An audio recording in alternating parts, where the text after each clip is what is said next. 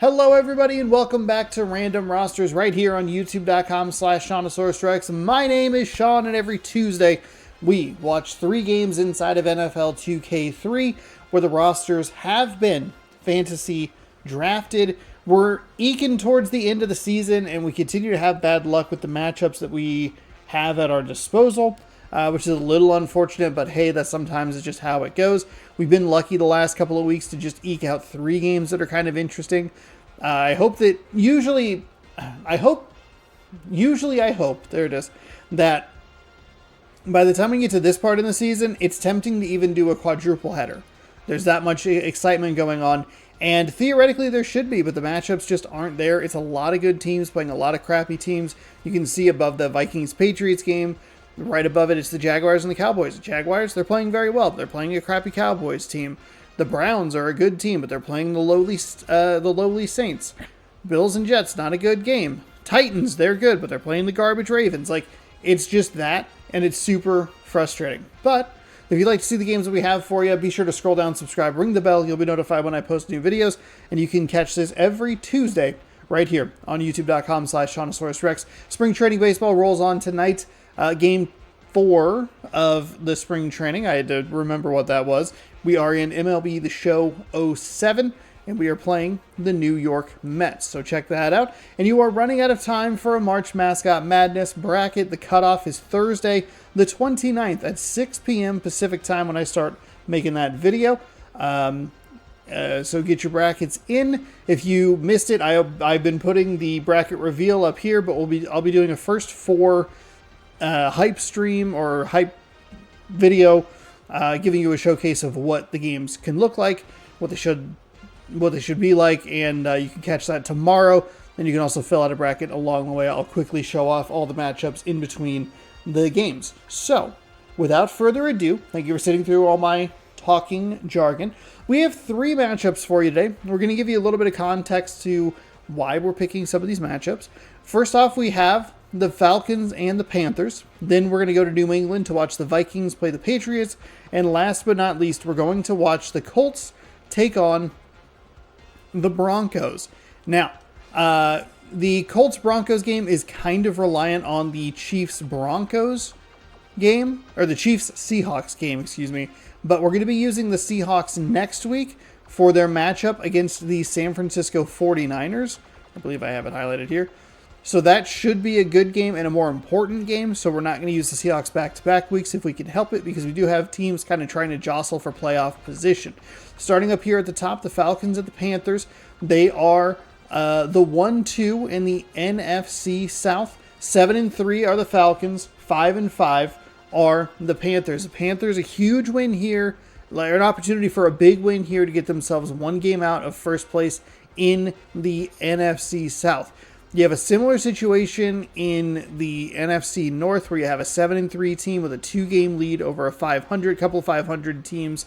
And then even in, I guess the East is kind of there, but with Washington being 2 games under 500, it feels like a much different scenario.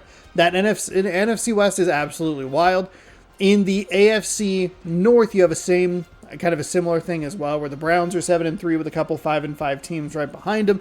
The South of the AFC is super crowded, and the East of the AFC has a couple teams jostling for position. However, like I talked about at the end of last week, if the playoffs started today, the Colts and Titans would take those spots. Bengals, Steelers, Jets, they would all miss, even though the Jets are 2 games over 500, thanks to that 5-5 Chiefs game. So the Broncos can get a win. They can improve to 5-6. If Seattle can keep their strong season going, they're 6-4, they can bop those Chiefs down to 5-6, and you have an AFC West that is awful to look at, but is still competitive between a couple of teams. And the Chargers and Raiders, I don't think would be that far out of it, would not be that far out of it, depending on the results today. So that's kind of the thought process. We'll see if the Broncos can make that stride. The Colts looking for more,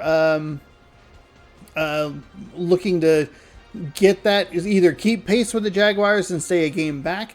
Maybe if Jacksonville slips up, they have an opportunity to get a tie The Jaguars, I believe, playing the Ravens today, and the Ravens are 2-8, so it feels... Well, the Jaguars are playing the Cowboys. The Cowboys are not good either, so they're 3-7. So it feels like it should be one of those get-a-win games, but that's not always how it goes. Flip over to this camera, and we will get going here with our first game. Falcons taking on the Panthers. Let's get it going. Week 12 here as we wind down Season 6 of Random Rosters. Thanks so much for hanging out. Hopefully you enjoy it. I have a good time making these videos. I hope you have a good time watching them. We'll be doing 4 games during the playoffs between weeks 18 through 20. And then we'll be into NFL Fever 2004 in whenever this is done. And thankfully, I don't have to record this and March Mascot Madness in the same time frame. Because, my goodness, that would be awful. Awful. Hopefully I have the volume correctly. Oops, I meant to do that. Dan, with this much talent, what can I say? 2 of the best DBs the game has Let's ever go. produced. Sammy Knight comes in, shutting down his side of the secondary. Don't make a mistake in his direction because he'll punish you for it. On this side, you have the other part of this explosive mixture. Ahmed Plummer comes in. Okay. I know, the encoding's overloaded. I know. I ran Microsoft Paint. You can't handle it for some reason. An interception every 3rd game or so. Good goodness. Now let's go to midfield for the coin toss.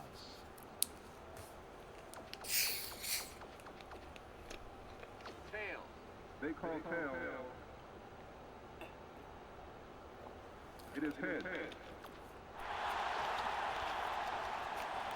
The Panthers elect to receive and I believe we'll be starting the new season right at the beginning of May. Is that correct? 1, 2, 3, 4. So what is this? 12, 13, 14, 15, 16, 17, 18, 19, 20. April 30th will be the beginning of season number 7 of this series. The encoding is overloaded again for some reason. Please stop. I don't know what you need. There are 3 things running, and one of them is a notepad. The other one is a friggin' Windows Explorer. Is my computer... I'll keep an eye on it. It hasn't been giving me too much trouble, but it's been a little... It's been kind of rough lately. And when the hard drive starts to run out of space, that's when it gets real bad. So let's take a look at the offensive line here. And I don't know why the PS2 pulls so much CPU. I was using the PS3 the other day for spring training stuff, and it seemed fine. There's something about the PS2. Maybe it's the way I have the thing framed up is part of it. I try to cut the edges off so it looks nicer, but I don't know. finally here's the general and his next in command. Donovan McNabb. Part of the reason that we have some of these teams on the channel is like that we've only seen them a couple of times. I think the Colts we've only seen once. I don't really know Panthers wise. Need to fix that. 2nd and 8. Let's look. They line up with their tight end left. Panthers. We have seen them before. Back in week number 5. Oof. We've only seen the Panthers once. Yikes. Alright. We do have our games selected, so I can close out of that. Hopefully that will help the CPU.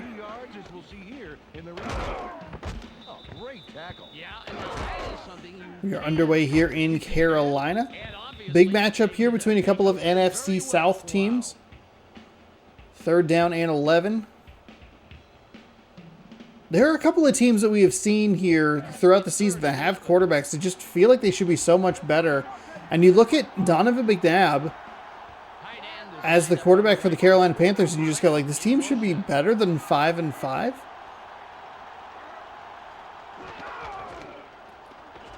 McNabb throws over the middle and he misses everybody. It'll be a quick 3 and out, and we'll get a nice look at the defensive line there. Up first is the defensive line. Keith Traylor and his men deliver knockout blows to the offensive line all game long. That's followed by the linebackers. And McDaniel is the man who brings the hurt here. Finally, Peter, the secondary. Brian Dawkins flies around the field and gets in receivers' faces. Now back They caught Brian Dawkins as he was getting ready to leave the photo booth. He's like, "You're going to take it on 2." And they go, "No, on 3. 1, 2, 3." Longest punt this season is 37 yards. That sounds bad. That seems like not a good number. It's away. Ugly punt that sort of wobbles out of bounds. I'll tell you, he's not Out of very happy with bounds. that one. Sounds like he's doing a bad Christopher Walken impression. Well, their defense did their job and forced a 3 and out. Now it's the offense's turn. Ball at the 39-yard line.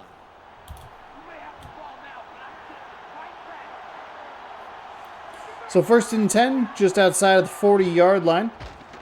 Gonna drop and run. It's a quarterback draw. All of that was a very weird play. That was a very deep drop. Kind of a weird maneuver that he made there, and then bursts up the field for 9 yards. And again, quickly we'll get a look at the offensive line. Or the offensive unit. Steve Hutchinson. Next up, the receiving core. Tim Brown. Generates a lot of excitement with his aerial Ken theatrics. Dilger. So far this season, he's averaged 99 yards on 6 catches a game. And lastly, the man who calls the plays. Oh, Drew and the Brees. guys who back him up. See, it's like if you told me that and this is not an insult to Drew Brees, but if you're like 2K3, which was released in 2002, which team would have a better record? A team quarterbacked by Drew Brees or a team quarterbacked by Donovan McNabb? I would have picked Donovan McNabb.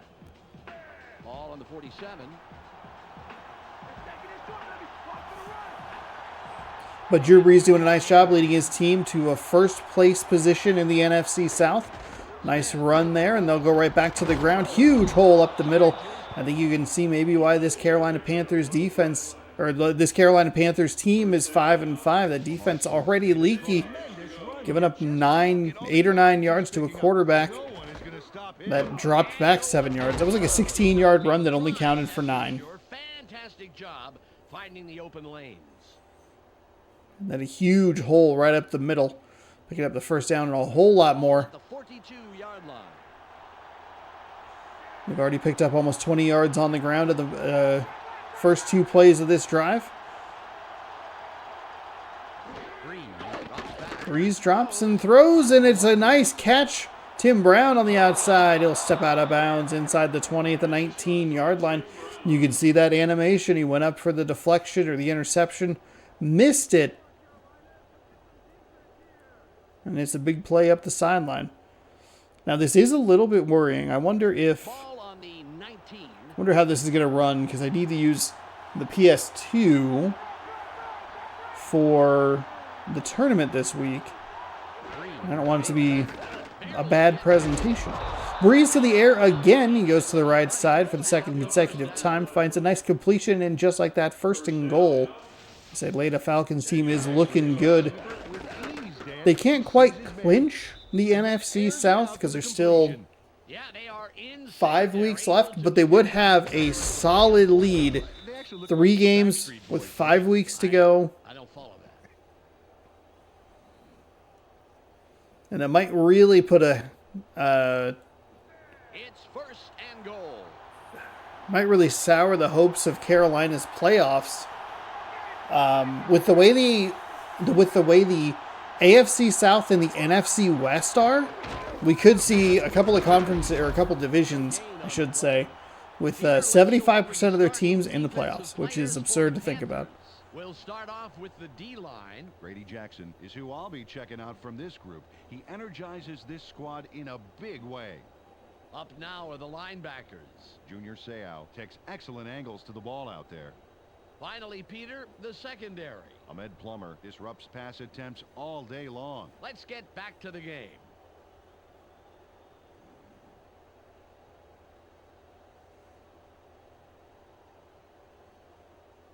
Second and goal. 41 tackles for Sammy Knight.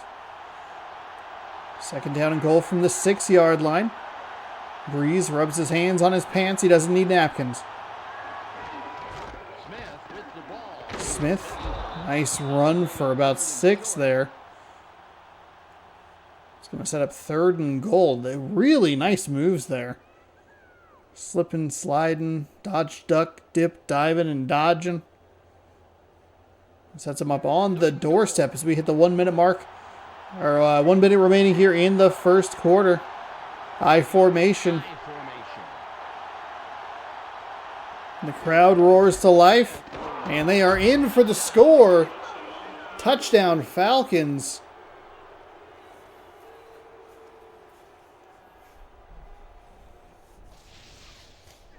Lamar Smith didn't want to be caught short, so look at this nifty move.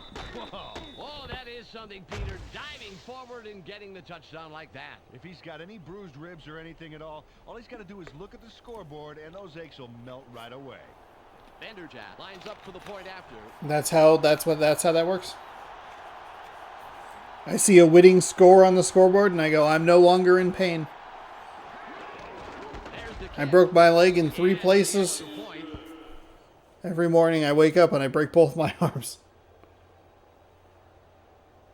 The Falcons put the first points on the board, 7-0.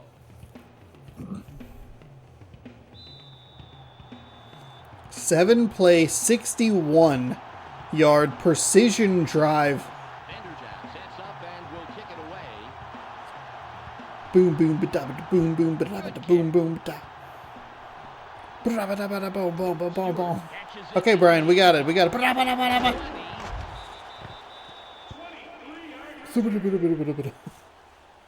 Okay, that's enough. Brian, we got the drums. We got the drums. That doesn't mean don't hit him harder. I don't know why that sound made me think of that. It's just like doom doom ba ba doom doom ba ba boom ba boom ba boom ba. It's like a 14-minute drum solo. We're good. We have it. We got it. All right, 1st and 10 from the 24-yard line. McNabb hands the ball off, and it looked like it was going to be a pretty nice lane on that left side of the line, but he ran right into his own offensive lineman's ass. Tackled from behind. 2nd down and 8. I like the Carolinas kind of switching it up, going to the ground game. I actually didn't really watch that first drive, just so you know. McNabb fires, tipped and caught. Nice concentration there. Put a little mustard on that throw.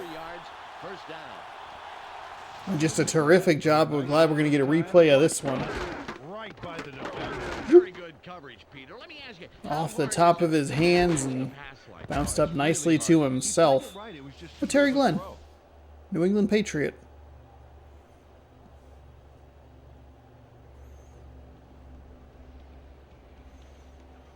Atlanta leads after one, 7-0 here in game number 1 of 3. 17 total yards, all of them through the air for Carolina. They've had the ball just a shade under 2 minutes. 61 yards, very balanced attack for the Atlanta Falcons. First down of the day for the Carolina Panthers. ball on the 42. As we take a look at Terry Glenn's season stats. 3 touchdowns on 45 receptions. They line up with Not a 3. ton of yardage through the air. McNabb fades back. Barely gets it off. Oh, he had it in his hands and dropped it. The hit just kind of jarred it loose. That should have been a catch by Mays. Not really much of an excuse to drop that one. You are a professional tight end. And McNabb put that ball right on the money. Ball at the 42-yard line.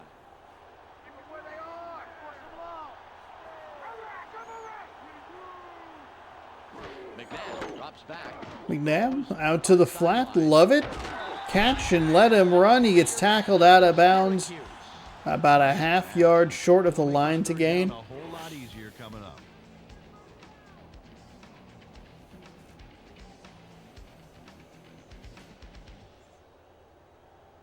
Third and less than a yard. They go with the I formation. Pittman with the ball. Nice find there for Pittman. Just got enough. I mean, he got a little more than just enough, but made sure he had the first down. I like that run right there. Just go north and south. No need to get fancy. 3rd down and 1. Keep this drive alive. See if you can cool that hot Atlanta offense off on the sidelines. Keep you in, give your defense a bit of a rest. Looking at this drive compared to the Falcons drive, you can really see the Falcons did, like how nice of a job the Falcons did to get up the field. It's an 8-yard run from Breeze. It's a 7 or 8 yard run from the running back. It's 2 nice pass plays quickly in rhythm. It feels like they just look a lot better. This Carolina offense looks like they are just struggling to get 6 yards.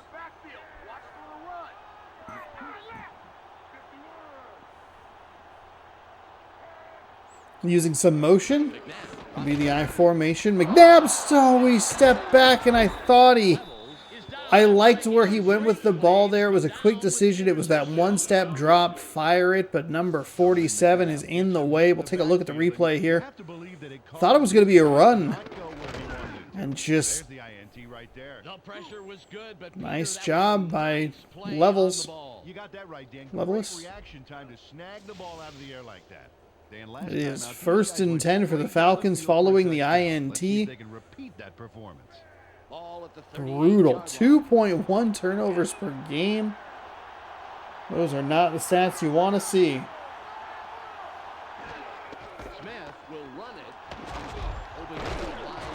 There's another nice run. A good job to break a tackle. Leaping over a man. He'll pick up 7. 2nd down and 3.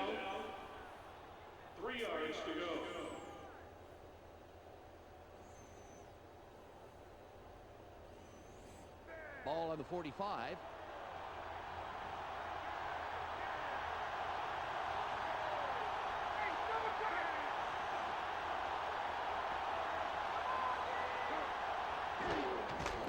Pitch to the outside. Oh, and a nice run there. It's just good strength there. Not just. It's a nice, it's the opposite of what you, like if he hadn't got it, you look at it and you go, oh my gosh, why are you running a stretch play like that? Just get north and south. That was the compliment on one of the plays that the Carolina Panthers ran on their last drive. But the power to get through that defender and pick up the 1st down by a yard. Fantastic job by the Atlanta Falcons. Going to go with a bit of a delayed handoff there. He'll lose about half a yard or so. 2nd down and 10. We'll probably get one more play before the 2-minute warning.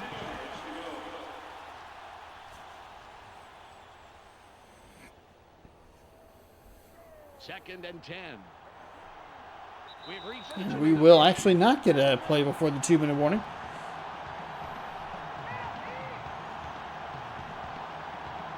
Oh, there he goes. He's going ham on the drums again. All on the 49.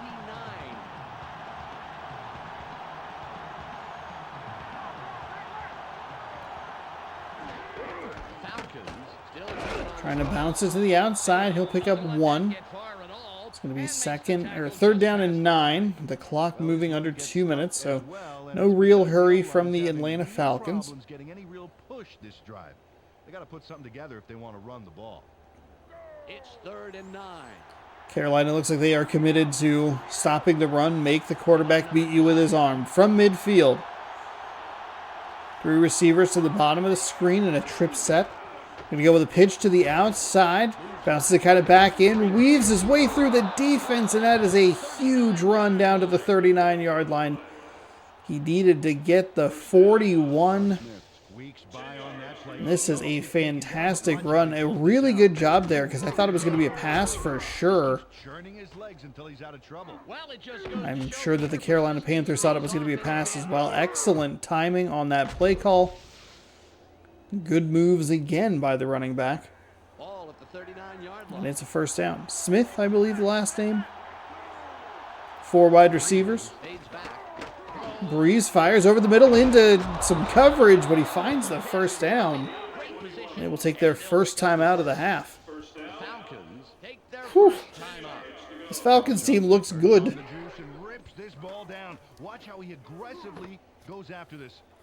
Threaded the needle on the defenders. Well, some receivers who would be forced to dive for a ball like that, but he manages to get under the ball. Fantastic play. Just 1:01 left on the clock.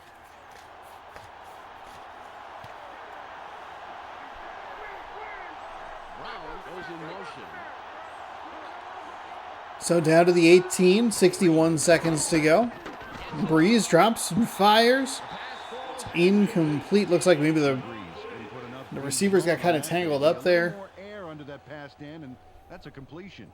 Tried to cross up the defenders, but maybe the receivers got caught on themselves there. 2nd and 10 following the incompletion. Down to 58.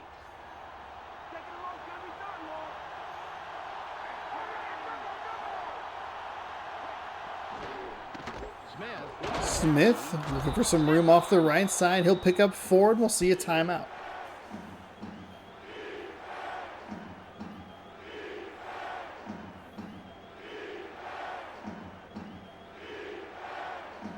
It's now 3rd and 6. 8-play, 48-yard drive. So far, 2.5 minutes taken off the clock. 3rd down and 6. Breeze with a deep drop. He tried the same play that he did on the first play of the game for the Falcons. And the Falcons are actually going to take a timeout. That really saves Carolina. There's no reason for you to take a timeout there. It's a deep drop and a quick decision to try and pull the ball down and run with it. There was nowhere to go that time, and it will force a field goal try.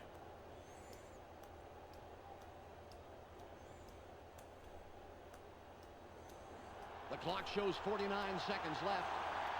Vanderjack lines up for the field goal.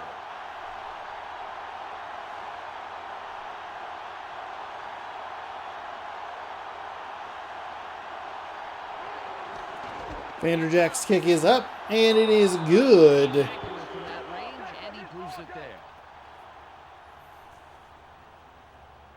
Mike Vanderjagt nails it for 3. Great kick. It's all about focus. Without question, Peter. You know, he's got to factor in things like wind and weather, but ultimately it just, for him, comes down to the ball and the uprights. The Falcons have extended their lead and make it a 2-score game. They're up 10-0. Vanderjack lines up, signals, and we're ready for the kickoff. Okay, 46 seconds to go for Donovan McNabb and the Carolina Panthers. Good job by the defense of Carolina to hold Atlanta to just 3 points. Looked like they were going to start cooking them again. And this drive is a great opportunity for them to climb back into this game before halftime. Ball on the 20. One man back. McNabb dropping back, fires into double coverage. It's caught. They'll gain 8, and that'll really just prove the point. And look at how much better Atlanta's able to move the ball offensively. Excellent job by the defense to make sure that, yeah, sure, you're giving up some yards there, but they're not getting anything more than where their routes, like than where they caught the ball. Good job rallying to the ball. Good job making sure they're getting the tackles. See a run from Pittman. He'll pick up about 6, maybe 7. And that'll run us through half number 1. Atlanta, it's kind of all Atlanta here. I thought Carolina was going to make this game kind of interesting, but that pick just crushed my hopes and dreams. He just went for it. The charge really made the play happen, and I don't see him punching through otherwise. Oh, yeah, sacrificing the body. You can't coach that. Ball at the 34-yard line. That will do it for the first half. The score, 10-0. Time to go to the ESPN halftime update with Art Dishman. Welcome to the Okay, ESPN 109 halftime update. yards. It's Again, time for a very quick review balanced of through the the first 2 numbers from the quarters. first half of play. The Falcons Not come into balanced at halftime all for congratulating Carolina. their 41 of their defense for shutting 49. down the run. Impressive so far, and a safe Oh, bet to pardon be me. 41 of their 49 yards half. through the air. It's Lamar 10-0, Smith and Lamar has Smith pushed it is for a your total of 45 hot at the yards half and player. 1 touchdown. Unsurprisingly, Good choice for 4.5 our yards a carry. ESPN hot at the 11 half yards player. after the That's first our hit. halftime report. I'm No Clark fumbles, Dishman with the a reminder to tune touchdown. into the ESPN post-game show at the conclusion of the game. Let's send it back to Dan and Peter. Stop it. Don't play that song. Something gets copywritten sometimes. I can't look at it because my computer is going to explode if I...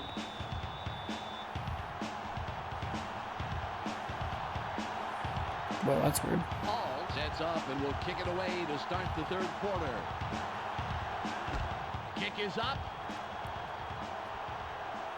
Biakabatuka fields it in Oh, the Biakabatuka. Oh, God. The worst case scenario for Carolina was giving up 3 more points, and then Atlanta gets the ball back. Last time they walked away with only 3 points, Dan. You know that this time out they want to punch it into the end zone. Thanks for all the views on the last video, by the way.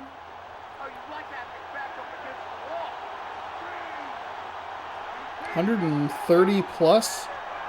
Fantastic. Smith will run it. Lights off a tackle. I appreciate that. People are getting recommended, getting the video recommended to them. 5 yards to go.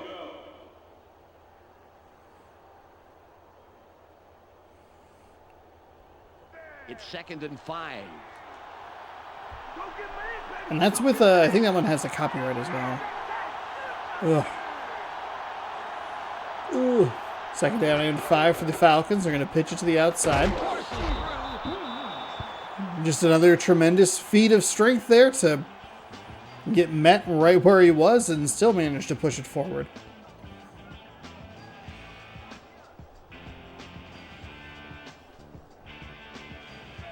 It's 3rd and about 3. Another big opportunity here for the Carolina Panthers. And they can't close the deal. Instead, they give up about 6 or 7 yards on the ground. This Atlanta offense looking good and doing what I need, keeping these quarters short. They have been so efficient all day long. I appreciate their commitment to the run game. Breeze has been on point in this game. And Carolina, with all that time on the sideline, just nothing. They're not giving themselves opportunities, or they're not getting opportunities to get into any sort of rhythm. Breeze to the outside. Oh my goodness, 2 broken tackles before he's finally shoved out of bounds after a 12-yard gain. 1st and 10, Atlanta. Holy moly, Lamar Smith. Just when I thought he was going to be tackled in the backfield. Nope. Then you think, okay, it's only going to be a 2 or 3 yard gain. Nope. How about quadruple that? How about 12 yards? Ball on the 45.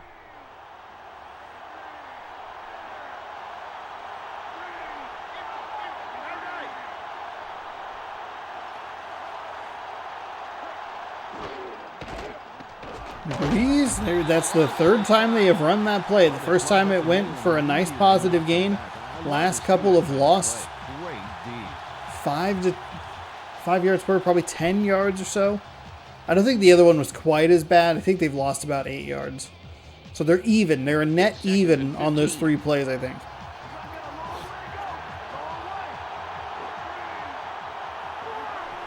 So 2nd and 15 from the 40. Got to get into Carolina territory for a 1st down. Very weird animation there. Carolina probably should have had a pick there. Huge swing potential dropped. You can't coach that. Can you really not coach that? I guess it's like a game sense. It seems weird. It's like, it sounds weird. Oh, the camera tracks the quarterback now? What? That's wild. 3rd down and 15. Carolina brought a little extra pressure, but the back end of the defense lets them down. They got 16 on the play all the way up to the 44-yard line. That is so bad. There, he's got the ball, but the best part is how he gets the first. That is so crucial on 3rd down to have a receiver who fight to get across that line. He got that ball 11 yards short of the line again.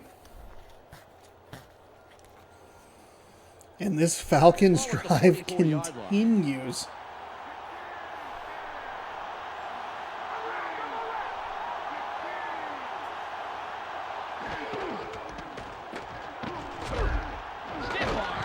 Oh my goodness. This running back is so good against this Carolina defense. That's the 2nd or 3rd time you go, oh, are they finally going to get him down in the backfield? And he goes, no. No, not even a little bit. I'm going to go ahead and gain 4. Looks like it's going to be a loss of 3. 4. Looks like it's going to be a loss of 2. No, gain of 12.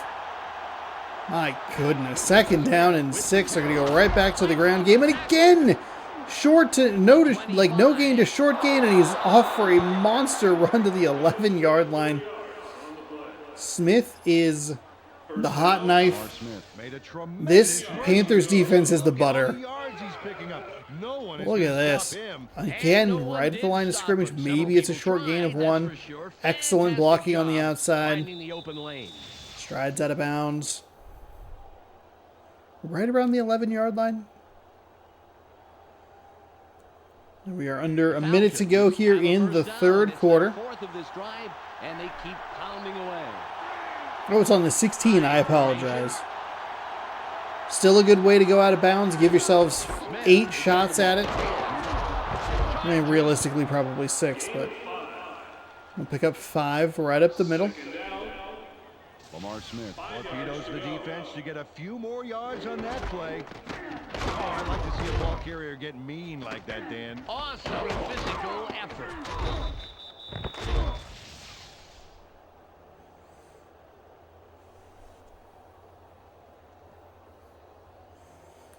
He is their go-to guy. 103 yards on the ground. He is averaging 6 yards a carry, and he picked up 5 on the last one. Toss. Dives. Dodges the defender into the end zone. Touchdown, Atlanta. Lamar Smith scores with a tremendous touchdown run. That has got to be one of the key plays of the game, Dan. Awesome. Oh, off to him. Well, my goodness. It should be helmets off. Well, I haven't worn a helmet in the broadcast booth for years. You know, really messes up my do. I understand.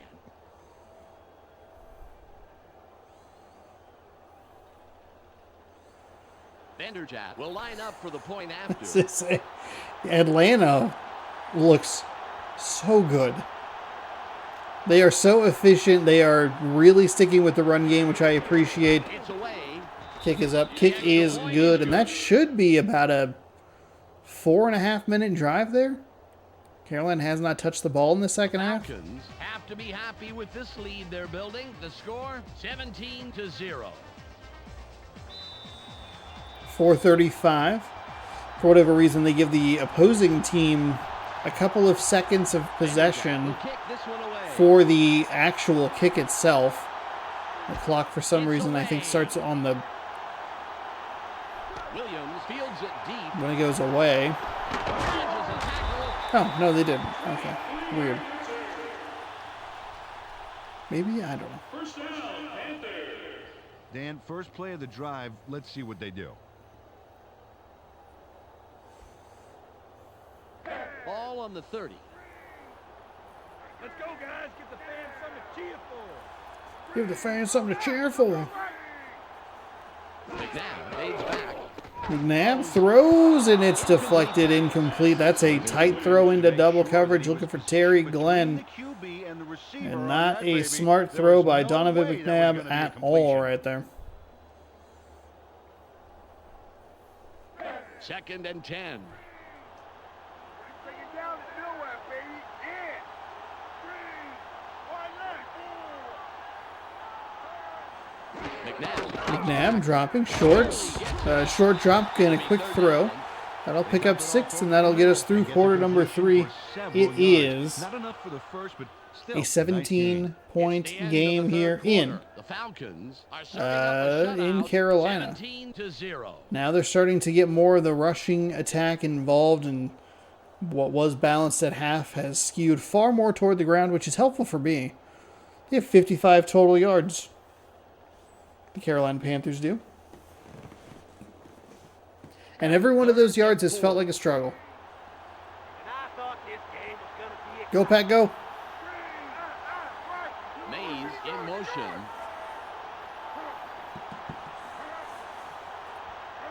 Third down and 4 with an I formation. McNabb, drops back, and it's batted away.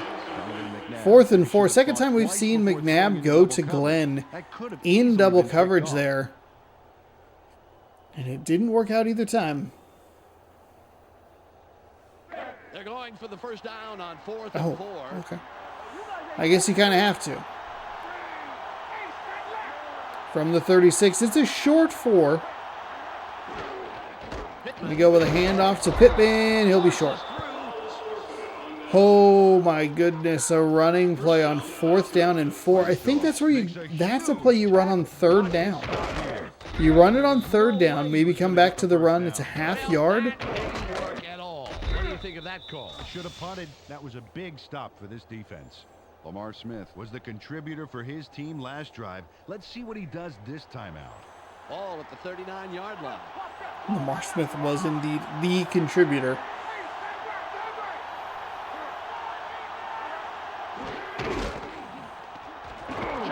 Smith does a nice job to break a tackle. He picks up 6. Looked like it was going to be a gain of 1, maybe 2. Nope, 6. Easy 6. Hopefully Atlanta will shift into more of a clock management mode here. Up 3 scores in quarter number 4. A far more lopsided game than I was anticipating, but McNabb and his offense just did not look good at all. The defense looked even worse. They have not been able to get Atlanta off the field. They're going with Dion.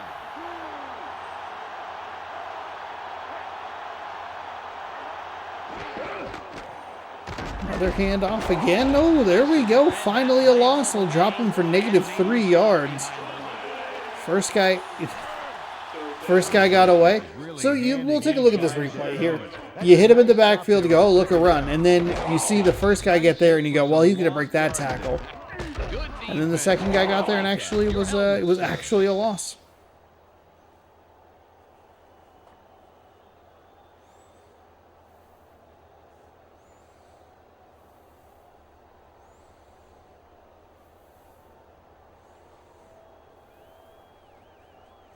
Third and 8.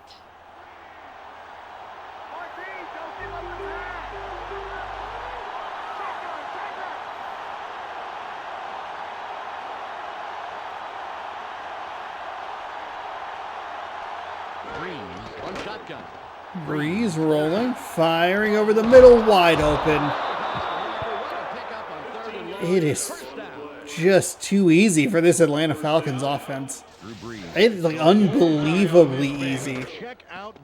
Also, we have kind of an interesting He made those guys look like the Three Stooges. Uniform situation here. Atlanta's got their new, like, as of 2004, their new print or text, but it's still the old logo. It's not the more, the like kind of that Michael Vick era, that Michael Vick Madden 04 cover style. The Falcons a little sleeker, a little more angled. Because they go, we got to make a bird fierce, and it's like, okay, who were you intimidating? I'm so scared.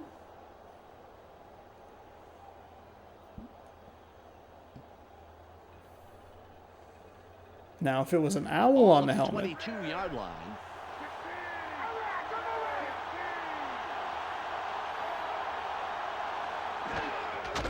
Breeze hands off to Smith.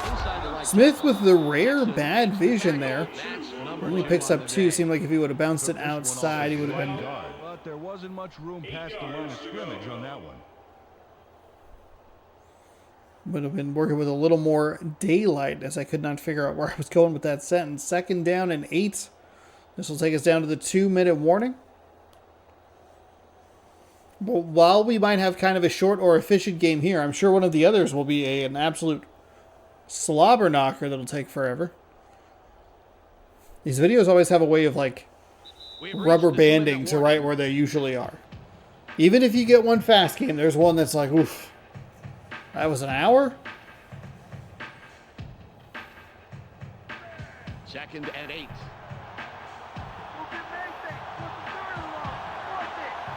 They're going with their tight end right.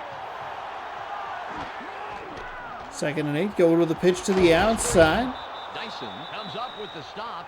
His third. Oh no, Carolina, you're not really taking timeouts. Take their first timeout. You can't possibly think that you could still make a comeback, do you? It's 3rd and about 7.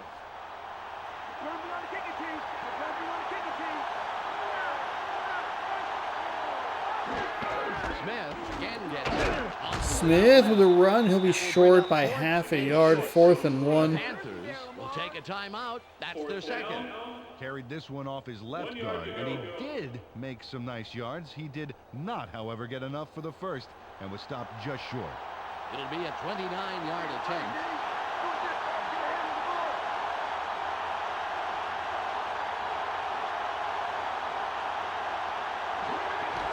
There's the kick. Kick is up, and the kick is good. 20-0 here. Forward on that short attempt. Mike Vanderjagt chips this one in pretty easily.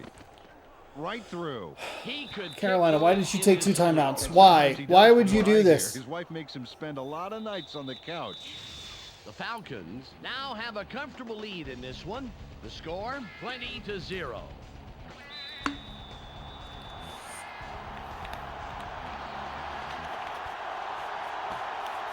Vanderjagt lines up for the kickoff. Kick is away. This is a beauty. And 9 yards deep. Catches it, We'll see a and knee will taken. decide to down it.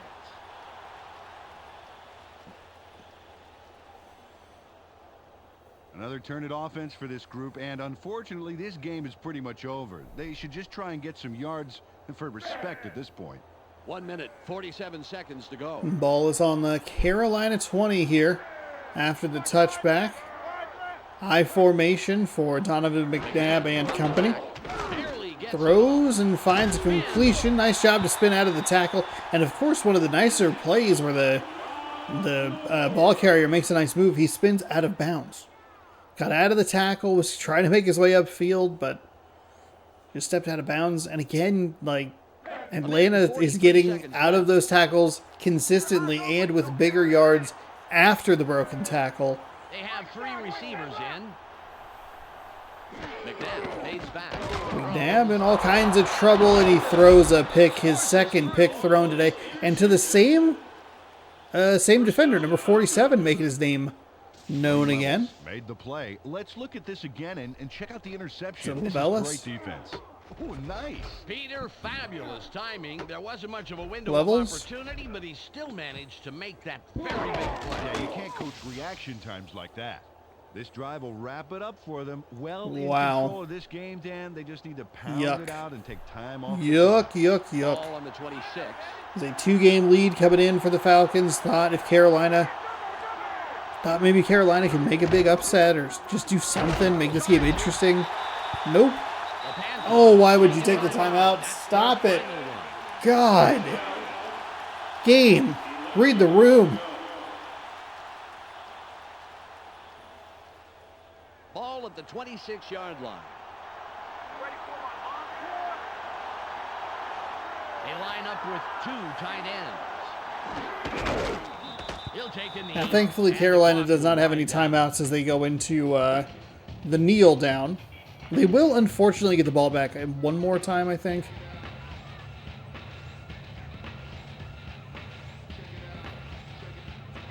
That's the thing. I mean, it's real. It's 5 seconds. You'd have to run. I guess you would punt it away. The punt would be the final play of the game. But like, you just want, because this is a weird like holdover problem from ESPN Primetime, which was a completely different studio. But like they run it on like a first down, It's now and 3rd then and 12. they kneel it down on the following 2 plays. But if the other team has all 3 timeouts, He'll take a knee, like, it's and the real clock will weird. wind down. don't start the play clock. Okay, start it now. Whew, I forgot there was like such a long.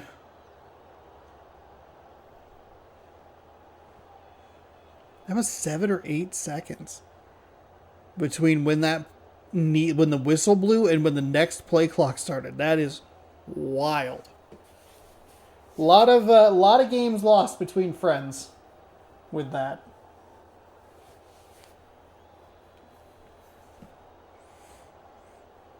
I mean, not in this case because they were down 20, but that will do it. It's all Atlanta here in Carolina, 20-0 as they There's the continue whistle, and that's to strengthen their grip on the NFC South. Carolina's playoff chances take a huge hit. It was looking pretty dicey anyway, though I don't think that NFC West is going to hold out quite as competitively because there will be some matchups. We'll see the Seahawks and the 49ers next week.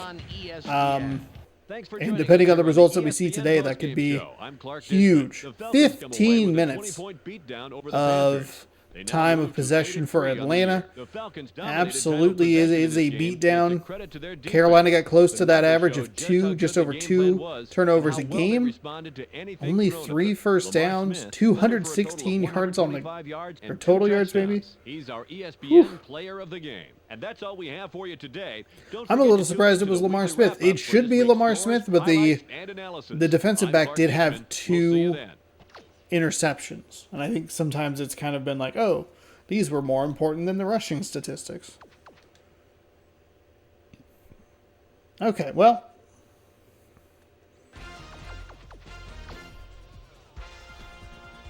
Vikings and Patriots. If we look at the schedule, anything interesting here? Not really. Yeah, it kind of looks like it's kind of chalk, the way you would expect it. It's a big win. Okay, actually no, it's a big win for the Jets. Let's take a quick look at the. I knew there was something in there. We'll take a quick look here. The Jets, they're a half game back now of the Patriots. They both have 7 wins. We're gonna watch the Patriots take on the Vikings next. So the Vikings, should they lose this game, that's a big deal. Or the Patriots, excuse me, should they lose this game to the Vikings, that creates a tie for first place in the AFC East. I wonder if those 2 teams match up at all down the stretch. Over in the NFC, the Bears picked up a victory today. So you're looking at the Vikings really needing a win to keep pace. Lions playoff chances take a big hit. And man, real good news for the Falcons out of the NFC South. Let's who are we looking at? We're looking at the Jets and the Patriots, maybe? Just out of curiosity. Jets Raiders. Jets Broncos. They're the easier team to see. Jets Bears. Jets Patriots. We'll mark that game down. Week 16 could be big. That's asking a lot. Those are the kinds of games where you're like, oof, I wish these were 2 weeks sooner. Really wish they were 2 weeks sooner. We are on week number 12. Vikings Patriots coming up next here. And I am going to try and get that thumbnail. So hopefully it doesn't break everything too much. The Vikings come into today's game with an average passing game, which is ranked at number 14 in 32nd ranked rushing offense. An even matchup versus the Patriots, who 4th come in with overall. a dominating secondary. They possess the ability to shut down most middle to deep passing attacks. That's a good, disrupt offensive it's a well-built team. That's what I'm looking for. 2 top 10s, everything in the top 20.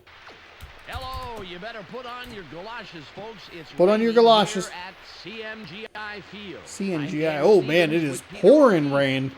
I sure hope my computer can handle all these PS2 raindrops. A couple of the best generals in the league going at Bill Belichick and Mike Tice.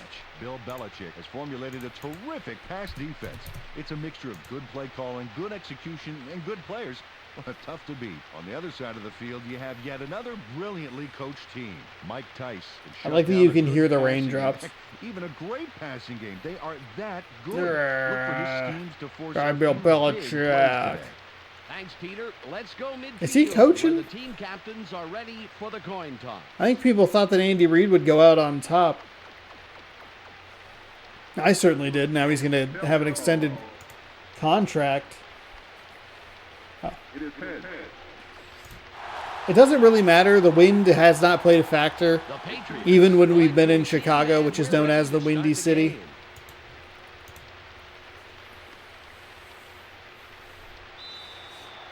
It's recently our first. Was it our first or second? First? Oh, I guess it was our second Sunday without football. But spring training's happening. Baseball's back. Back on the channel tonight, 6 p.m. Pacific time. We're playing a game, if I didn't mention, we'll be playing a game in every single MLB The Show leading up to MLB The Show 24. When it releases in the deluxe version, early access, whatever the heck it's called, March 15th, we'll have a couple of videos in MLB The Show. It'll be an MLB The Show first look and a spring training. We'll be doing probably 10 games of spring training inside of MLB The Show 24. And we'll splice in some other videos and styles in there so it's not all the same thing over and over and over again. A little surprised to see this New England Patriots offense come out firing. Nice catch by Jackson. In the rain, you would anticipate a little bit more of the run game, but I guess when you have Jackson on the field, you don't need to run the ball.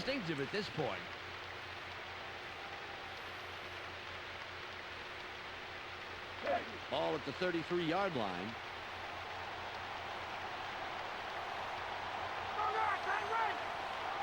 So 1st and 10 from the 33. Manning takes back.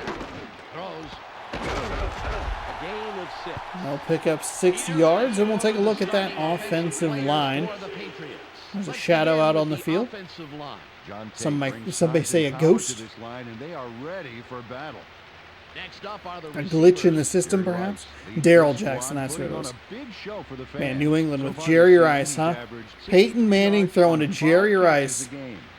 Finally, here's the general and his next in command. Garrison Hurst. That's the tempo in this group. Through the air this season, he's averaged 181 yards and over a touchdown a game. Okay, back to the action.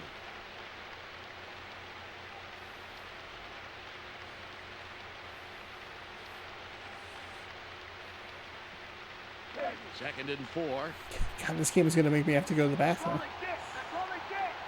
All this rain drizzling. 2nd down and 4. Out near the 40 already. Split backs, and they're going to run with Garrison Hurst. He's going to get 3 3/4. It'll be 3rd and about a foot and a half. It says 3rd and 1, but it is close. Vikings need this game badly. The Patriots are in pretty okay shape even if they lose.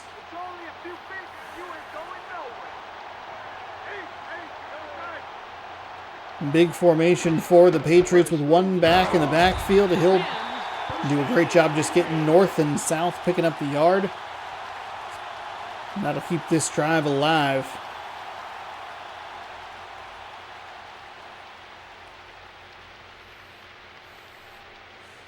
This is the second time that we've been able to feature a matchup, a mom matchup. My mom likes the Vikings and the Patriots, as well as the Seahawks. We saw the Vikings play the Seahawks earlier this season.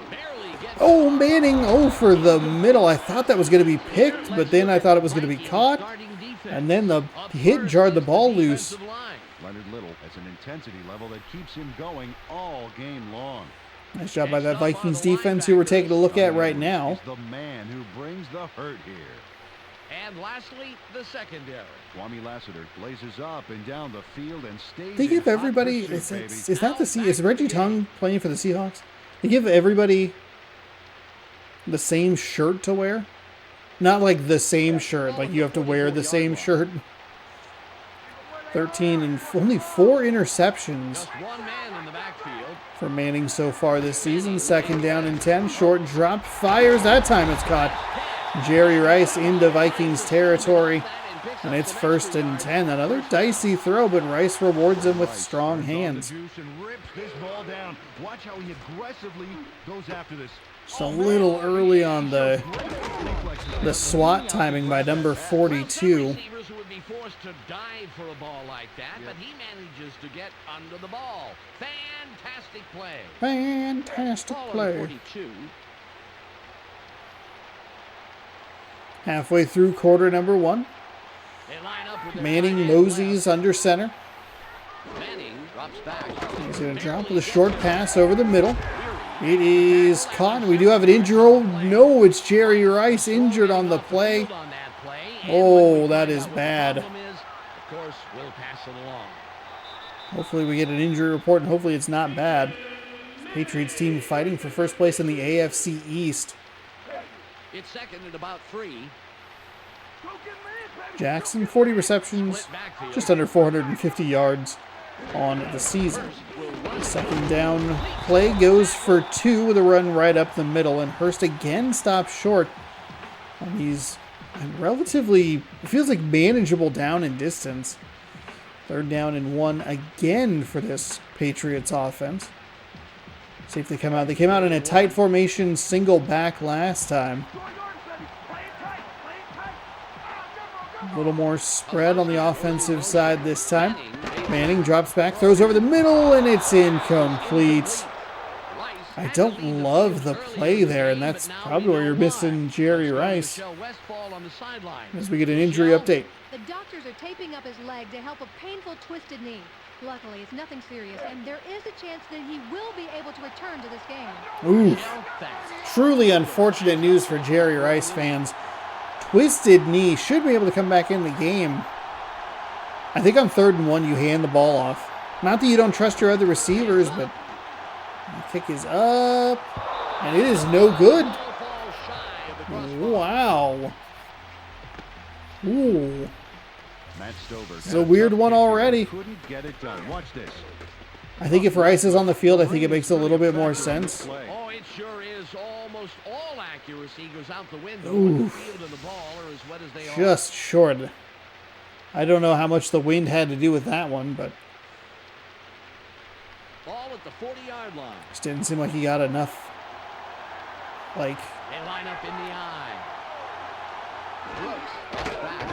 Barely gets it. just didn't get enough lift on it, right? Like you're a little further, so you try to Knocked a bit. Was having try to a hard time getting kick it a little the lower. that play. You just need like a little bit more air under it. Status and give you information I know as it soon as sounds. possible. It was a thing where I was like, yeah, no duh. And then I was like, no, there's a reason that it wouldn't have that much lift to it. It's a 50-yard field goal in the rain, in the wind. It'll be 3rd and long. That is an ugly pass there. We'll quickly take a look at the Minnesota Vikings offense as it goes. Hold on. Show the offense. They might be done in like 5 seconds. Protecting his quarterback at any cost. Up now are the receivers. Keyshawn Johnson stands out as the best of the bunch. So far this season, he's averaged Keyshawn Johnson and 67 Jeremy yards Shockey. on 4 catches a game.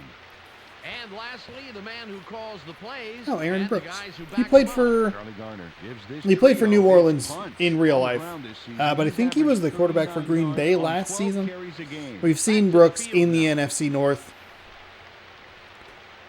before. I can't remember what season it is. I do talk about it quite a bit, but it is astonishing how much content like I make and then just completely forget anything that I said in the video. People will be like, oh, you said this thing. And I'm like, did I? I don't know what you're talking about. Keyshawn Johnson making his presence felt there with a nice grab. And a great conversion there on 3rd down and 10.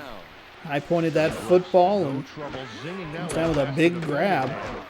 Brooks, just giving his man a chance. I like it.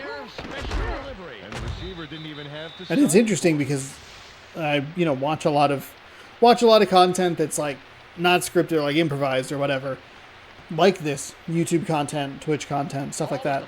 And I remember when I was watching, I was like, "What do you mean you don't remember that? I watched it. I remember it. You should remember it." It's like, "Oh yeah, no, I get it." Oh, Brooks with kind of a mess of a play here. Ooh, it looked like he went off his hands and caught it. That was maybe the most bizarre play we've seen today. Take a look at the play here.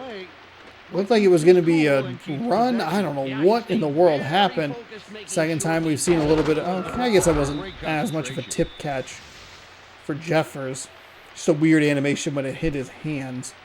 Brooks with a good job, though, to get the ball out of his hands and find a receiver downfield.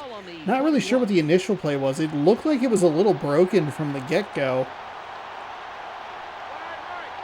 But the Vikings make it work to the tune of a 1st down just outside the red zone. Going with a pitch. Trying to find a little room, but he's tackled after a short gain. They'll call it 1, but looked like about half a yard. 2nd down and 9. Coming up. It's 2nd and 9. It's a good job by the Patriots defense. They saw it, recognized it. Good job getting to the ball and tackling. Something we did not see the home team do very well in the last game. That is intercepted. It was into double coverage. A horrible throw. And that might be a defensive lineman in coverage, which makes it kind of horrible and embarrassing. The offense has to make that interception There's count. no Let's see if they can way punch you this should have one thrown into the that end zone. ball. Double covered, 12-yard line. and I mean sandwiched. They line up with Give me 4 back my wideouts. ball, punk. That's what he said. This game's very weird. Throw over the middle, and Jerry Rice is back in the game and makes his... Your man out of Mississippi Valley. Oh, man. It's the end of the first quarter, and it's still a scoreless Makes it game. known that that twisted knee is not doing too shabby. Not too shabby. 38 yards through the air for the Vikings. Only one on the ground. Similarly lopsided for the Patriots. 47 of 54 through the air. For you math aficionados out there, or I guess people who don't like math, 7 yards on the ground. Second So and pretty less than a gross. yard. However, 47-7 is better than 38-1 from a ratio perspective. So whatever. Hurst with the carry. Hurst just cannot get it done in these short yardage situations. It's the second, or it's the third, like, 2nd and 4 or shorter, where they have handed the ball off to Hurst and he has not been able to get the job done. They have all led to 3rd and 1s, so in that regard, it's positive, I guess, or at least consistent. But you'd love to see some of those 2nd down and 4s and less, for 4 and fewer, turned into a 1st down instead of having to do the 4th or the 3rd down and 1 dance. That time they handed to him right up the middle. And this is what I thought they should have done on the 3rd down and 1 before they tried the field goal that was missed. And that's the kind of move that Just runners get up the love. field. When they get a block like that, they've got Though he nothing hasn't been able to open convert Great the job by the O-line. like 2 to 4 yard space. carries. Ball on the 29. The and ones haven't been too bad. 1st down and 10 from the 29-yard line.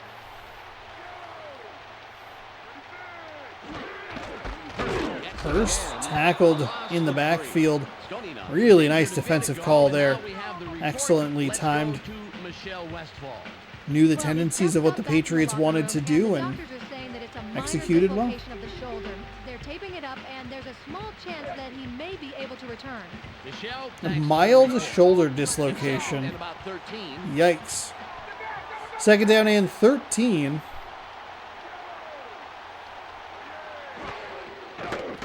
Barely gets it. Manning throws and looks like he rolled to his right just a little bit. Darrell Jackson coming up with a nice reception.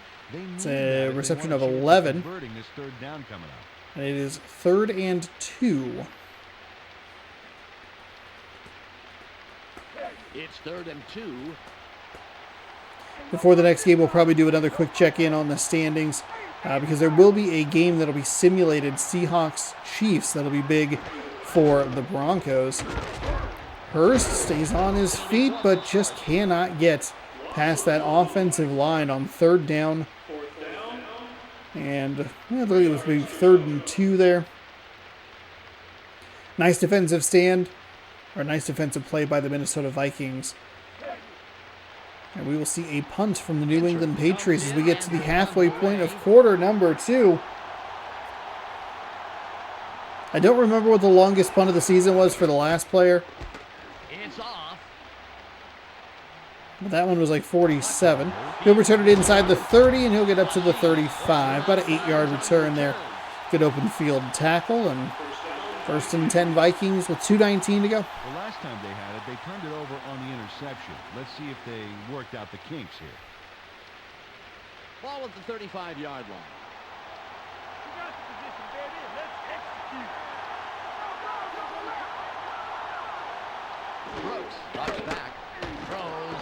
Brooks throws and finds a receiver who will be just shy of the 1st down. It's Keyshawn Johnson. Might take us to the 2-minute warning. It'll be a 2nd down and 1. We've reached the 2-minute warning.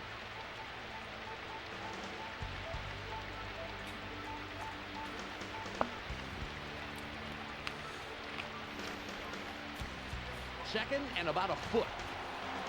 They're taking it short, baby. Watch for the run. Hey, double drive.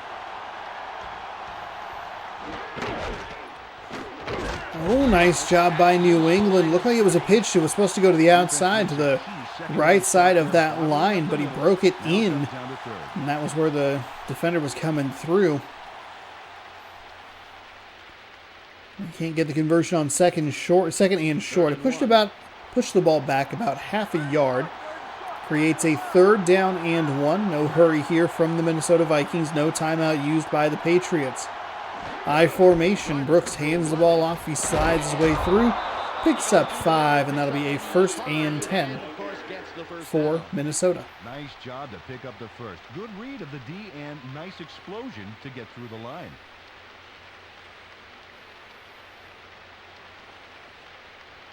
All on the 49.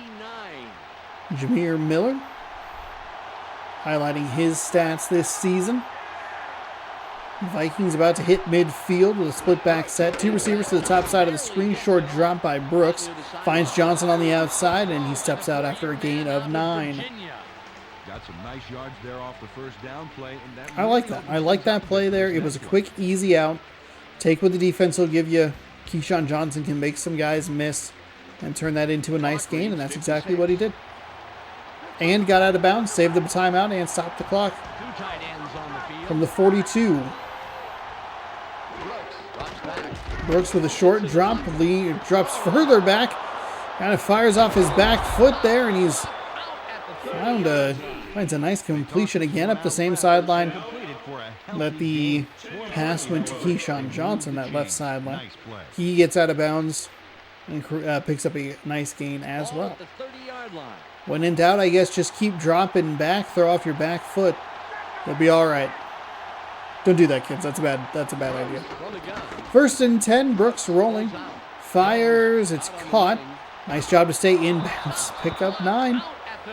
The Minnesota Vikings are doing a really nice job on this drive. They're taking 5 or 6 seconds off the clock per play. It seems like they're just throwing it easily to the flat. A couple of to the either side. One, it's a little more complicated, but throwing off his back foot, finding a receiver who drifts to the sideline, turns up until he ends up out of bounds. Really doing a nice job managing this clock, but that was nearly an interception. Bad throw by Aaron Brooks. Looking for Johnson. But these guys were way off the script. It's all about focus.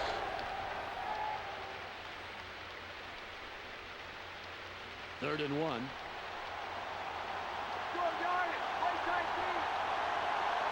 They're going with a split backfield. Brooks drops back, fires, and finds a receiver wide open. That one again looked like it was off his back foot. They'll take a timeout as that was caught over the middle of the field. We'll take a look at the replay. Nice completion here. Take a look. There's the throw right in between the dropped, and as he's falling away,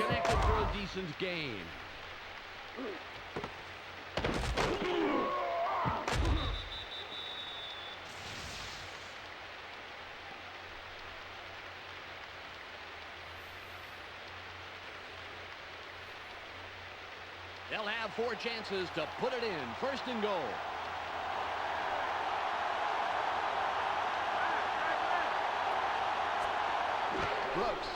Brooks dropping back, fires into all kinds of traffic.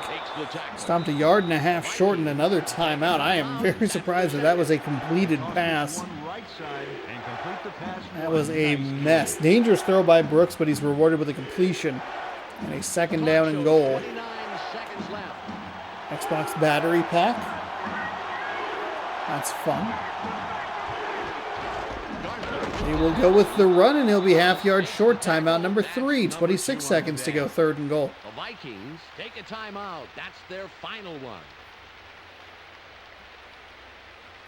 Goal line stand here from the Patriots. They are inches away. Brooks lines up under center. 2 defenders on the receiver down at the bottom of the screen. They're going to bring him inside.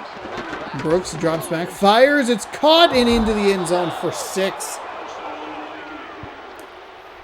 Again, the Vikings go to the flat and they pick up a positive play. That time it's in the end zone. We have our first point of the game with 23 seconds to go in the 2nd quarter.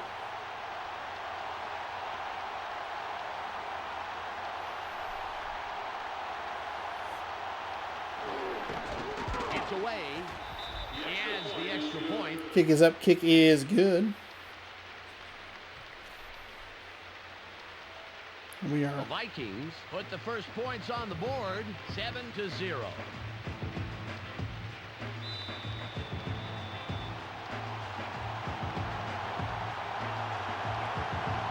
Elam is back to kick it away.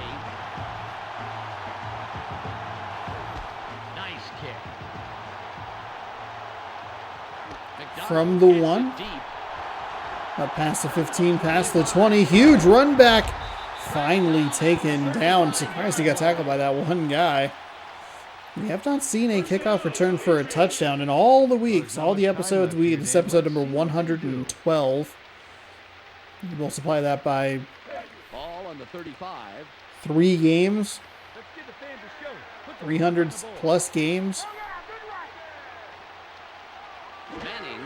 Manning will drop back. He throws out to the flat. Tipped it to himself and caught it. Gets knocked out of bounds after a gain of 3. They tossed this one out left and get the completion, but there wasn't much room past the line of scrimmage on that one. Some of them have 4 games. So. The punt return has been incredibly rare. We've seen 1 blocked field goal. They go with the I formation. Manning drops back, rolls,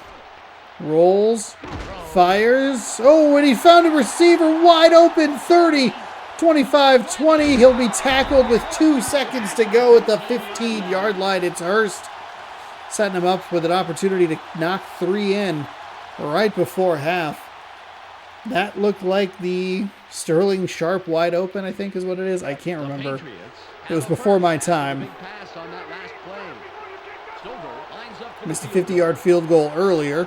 The crowd boos, but it doesn't have the context, I guess, of 2 seconds remaining in the second quarter. Put some points on the board. Kick is up. And the kick is up. Now you're cheering, huh? And the kick is good. 10 total points scored in the final 26 seconds. A really nice run back. You saw Manning roll out to his left. He threw it deep across the field. And a really nice connection there to get 3 right at the end. Stats a little inflated for both these teams on those final drives. Reggie Tong has done well so far and currently Here's your hot at the half player. 4 tackles. For our ESPN hot at the half also, that will do it for now. I'm Clark Dishman reminding you they didn't take the rain sound out. The conclusion of the game. Let's send you back to Dan. They were like, oh no, just leave it in. It's ambient. Cut it close. It's still anybody's game. The score 7-3. It's a big field goal. It's a good opportunity. Oh, they're going to show us the scoring drive. 3 plays, 50 yards. Perfect. Realistically, 2 plays, 47 yards. Or I guess 2 plays, 50 yards because they. You could have taken those 3 yards away. He got out of the first tackle and gets knocked forward before finally falling to the ground out to the 29-yard line. Dan, last time out, these guys went straight down the field for a touchdown. Let's see if they can repeat that performance. Ball at the 29-yard line. This is our turn, baby. We're gonna show you how we play. They come out in the shotgun. Brooks from shotgun. Brooks looked like a weird, overhead pass. But he's found Keyshawn Johnson, and Keyshawn Johnson off to the races. Inside the 10, he'll finally get pushed out of bounds at the 8 or 9. We have an injury for the New England Patriots. That's a huge play. Once you get some momentum behind him, Danny. 4 receptions, 101 yards, 73 after the catch. And he took that from the 30 to the 8. Tried to find a little room off the right side. Tackled for no gain. 2nd and goal. And this is why that 3 points was big for the New England Patriots. If they can hold them to a field goal here, still just a touchdown deficit. He's had 106 receptions, over 1,200 yards in 2001, and yet he only had 1 TD. Strange? Well, think about this. His new coach is taking steps to help him see the end zone a little more often. It's 2nd and goal. Brooks again with that kind of short, maybe the snap is just a little bit high, but he's getting rid of it in such a weird animation. It looks like somebody throwing it in from out of bounds. which you'll be able to see starting Sunday, March It's 3rd and goal. 3rd? March 3rd, and Monday, March 4th, as March Mascot Madness returns to the channel after a couple-year absence. 3rd and goal. Brooks into the end zone, tipped away beautifully. That is terrific defense. You gave up the big play, but you stood tall. On the goal line stand, 4th and goal coming up. The update that I just received from the doctors is a sprained elbow. Depending on the severity, he could be back in soon, or he may end up missing the rest of the game. So we've had a partially dislocated shoulder, a lightly twisted knee, and now a bit of a sprained elbow. And the Minnesota Vikings knock it through. We have a 10-3 game. Jason Elam delivers the goods under tough conditions. Look at this. Splits the upright. With all this rain, that ball could have very easily slipped and gone any which way. Yeah, but he maintained focus and control and compensated perfectly. You really can't coach that. The Vikings stretch the lead, but are still within a single score. They're up 10-3. 4:04 to go here in quarter number 3. Nice kickoff. That was a very, very quick drive. One big explosive play, and then nothing much after that. Dragged down at the 25-yard line. Nice run back there for New England. Pretty okay starting field position. Average in today's NFL, but slightly better than when this game was published. About 5 extra yards there. They're going with 2 wideouts. Crockett will run it. There we go with a running play to start this drive. A nice job to get away from some defenders, break a tackle, and pick up 7. Not a bad pickup. Just some nice yards there. 3 yards to go. See if they want to try Hurst for any of these shorter yardage situations. Just seemed inconsistent. He was able to pick up a couple of yards, but just wasn't able to break that line to gain and get that first down a little earlier.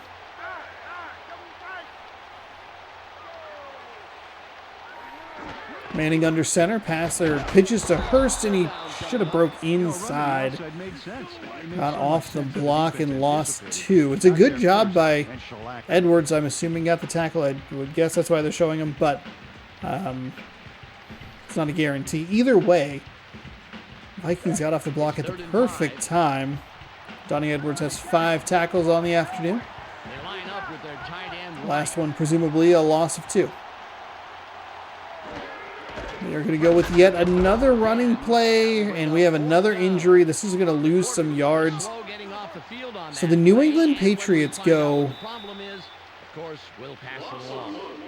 was it, a 7-yard run and then 3 yards lost between those last 2 plays? Gross. As a commentator, I'm not supposed to have any sort of bias, but I do hope New England wins this, or that Minnesota wins this game. Makes the AFC East a very interesting race. Have to keep an eye on it. Keeps the Vikings in playoff contention. We'll see if they're playing any teams from the NFC West as we go down the stretch here, because it could be for a wild card berth. This one's going to be. This is the trickiest, like, playoff format or playoff bracket contenders, I guess, to try to figure out without the overall standings. However, it's the easiest because the divisions are so like good or awful. The NFC East is a good example. Giants controlling that division. You have the Bears in the North controlling that division. And then you have the NFC West and the AFC South that are going to put the teams in the playoffs if things go the way that if things continue the way that they're going now. It shouldn't be too easy to figure out who is in and out. It's 3rd and 11. I do think we go back to NFL fever We will be able to kind of pick which game we want to play when, so we can set up some different things, have some backup games and stuff like that. That was what I was looking at doing today. Because this game happens before the Chiefs and Seahawks game, we could have played the Chiefs and Seahawks game and then either used this game as the third of the tripleheader or the Broncos Colts. But it's good to use the Broncos Colts because we've only seen Indianapolis once this season, and they're good. It's not that they're bad; they're good. We're only going to watch Green Bay once this year because they're terrible. I think we watched Baltimore once; they are awful. Johnson goes in motion.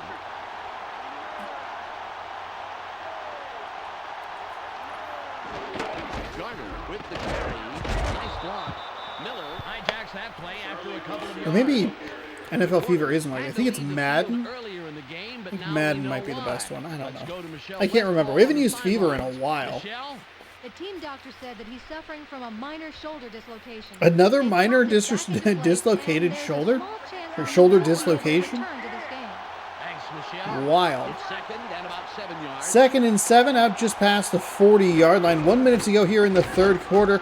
And a nice job by the New England Patriots to get in the backfield. They were all over that running play. It's 3rd down and long coming up. Jack Thomas delivers a key stop behind the line of scrimmage that stops the play cold. Look over the tape. Right there. Some really good defensive football being played in this game. To get past the line and then tough enough to bring down his man.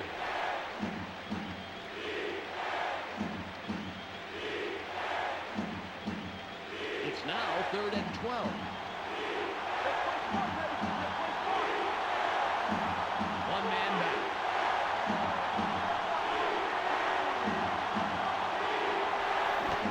back. 3rd and 12. 4 wide receivers in the formation. It's tipped and caught, but it's intercepted is what I meant to say. Oh my goodness. That's the perfect way to say it. Dan Patrick, I forget who's calling this game, but that is an incredible play right there. Second little tip to himself that we've seen in today's games, and that is awesome. Awesome. You have to adjust your game plan in these conditions, and they didn't do that on this play. Well, this game That is a monster play by the New England defense. Right here. Ball on the 35. Wow. Manning pays back. Throws. Manning fires. They're going to call that a catch. Gets couple and then runs out of bounds. Now, last time they did something like that, throw to the outside, gained 3 yards.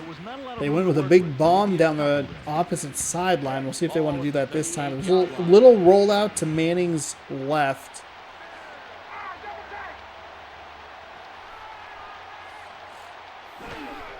Hurst with the This ball. time they will go with a run, but it's still to the same player. It is to Hurst. And we will look at a 3rd down and 1 to hopefully keep this drive End of the third quarter. The alive for the New England Patriots. 10-3, but a good one. Not a lot going on the ground. Some big, explosive, fun plays through the air. Everything's been fairly balanced. Some great defensive plays. A couple of them for New England specifically. One tipped pass to the end zone that led to the field goal. And then obviously the interception, keeping this game tight.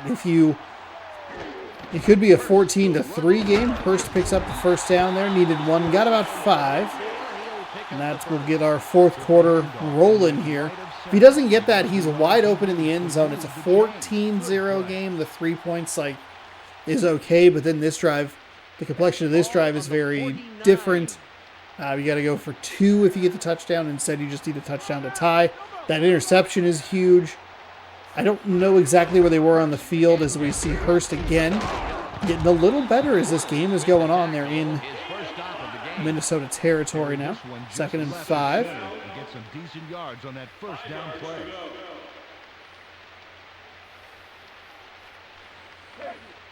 It's 2nd and 5.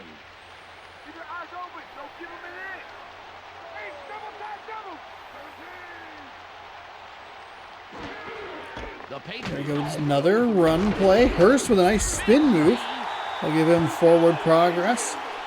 And that'll be a first down and 10. The interception perhaps prevented a field goal to make this a 10-point game. New England's defense has done a great job stepping up. They let the one big play go by them, and that's really it.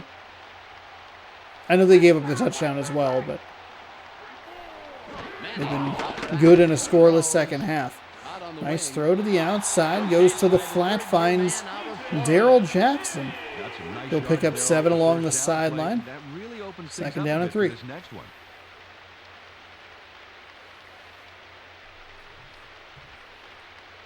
Ball on the 33.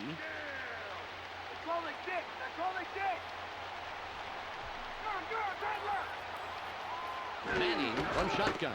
Manning with a deep drop, throws, and oh, he had the ball but jarred loose with an excellent hit. Crockett just can't hold on to the slick, wet ball here in the rain.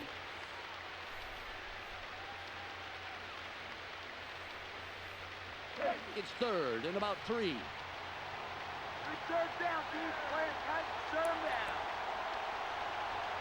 They have 4 receivers in. Manning fades back. Manning drops back on a 3rd and 3 into some coverage, or into some traffic, I should say. But nice concentration to come down with that ball. They're going to go into a hurry-up offense. So 1st and 10 inside the 25. Manning right back to him, and nice. Oh my goodness. A very nice break on the ball there. Just looking for that interception. Couldn't come up with it. Manning almost costing them the game. A little surprised they went with that hurry-up offense.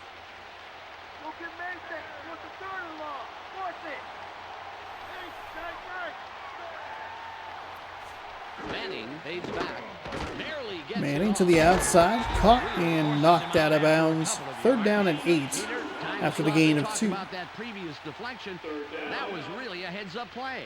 Well, you're right, Dan. Fred Weary is a great cornerback.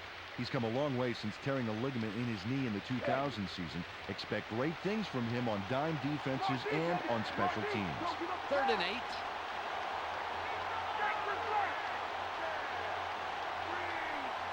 Manning drops back. 3rd and 8 for Manning. It's almost intercepted, tipped, nearly picked, a whole mess of animations that ends in a incomplete pass, or ends in an incomplete pass. Boy, that is in an incomplete pass. Ooh, I don't know that I agree with this call right here. Take the points. Manning throws, and it's incomplete. A turnover on downs. Yikes. Just kick the field goal. Take the points. You need a touchdown either way. Just get 3.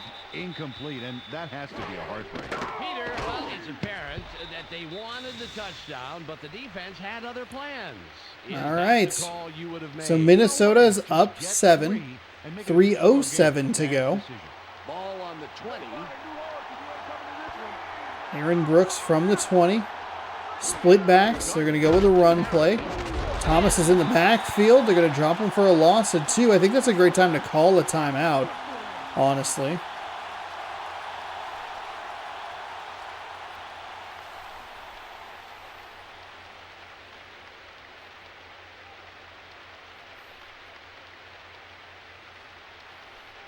They will run this down to the 2-minute warning. Much better game here in game number 2. And you can tell because I won't yell at them when they use their timeouts. Instead, I will yell at them when they don't use their timeouts.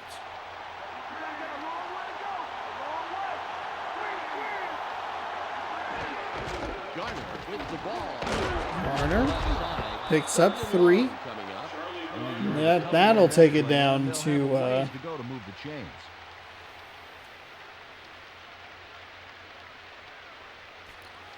take it down to the 2-minute warning. We've reached the 2-minute warning.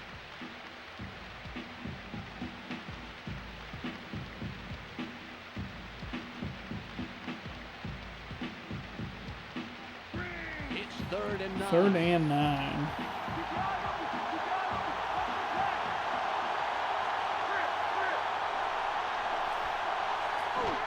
2-minute warning. We're going to go with a pitch to the outside. He finds some room, but Dodges a tackle. they'll only gain 2. Nice timeout usage there by New England. It's their first timeout of the afternoon. I would have used them a little bit sooner. Minnesota was committed to the ground game there. You get the loss of 2. They gain 3, but it's still 3rd down and long. Got our man dancing on the left. Ooh, low snap there. Not the greatest punt in the world. Good block on the outside. He is into Minnesota territory all the way down to the 35-yard line. That was a big key on the previous time New England scored, which was the field goal toward the end of the first half. It was a nice return that set that up. Not quite as nice as that because obviously a kickoff, much different than a punt, but a good return was helpful. 3 receivers to the top side of the screen. We're going to go with a fake play action pass. That's the word I was looking for. I was very confused on what was happening there. Thought it was going to be a run, which I guess wouldn't be the worst thing in the world, but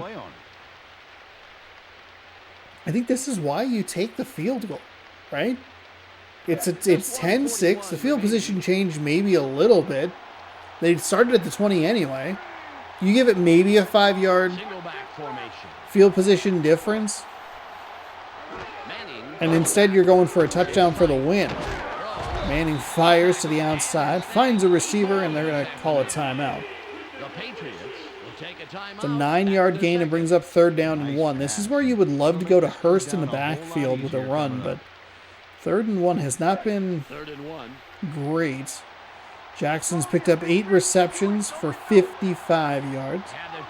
It's an empty set for Manning. Manning rolls, fires, and it's caught, but they'll give him forward progress. All the way down to the 4-yard line with 1:31 to go. He connects with his receiver with ease, Dan. He sees his man. I don't know what was happening. That looked like a user-controlled play right there. Except for you wouldn't do that kind of a user-controlled play with Peyton Manning. I'm going to snap the ball and immediately get out of the pocket. That's Donovan McNabb, Michael Vick. Let's see if they can put it in. 1st and goal. First down. 1st and goal. Manning's going to drop back. Throws over the middle into a ton of Vikings. Looking for Rice on that one, but incomplete. Lucky it was just batted down. You can still run the ball. Plenty of time to work with here. 2nd and goal. Donnie Edwards, 6 tackles, 1 tip on the afternoon.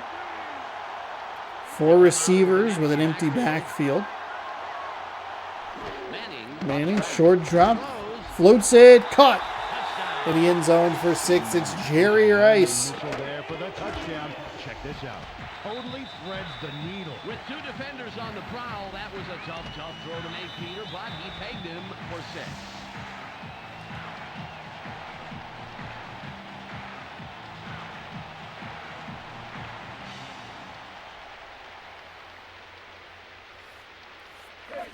Stover will line up for the point All right, after. so they will go for the point after try.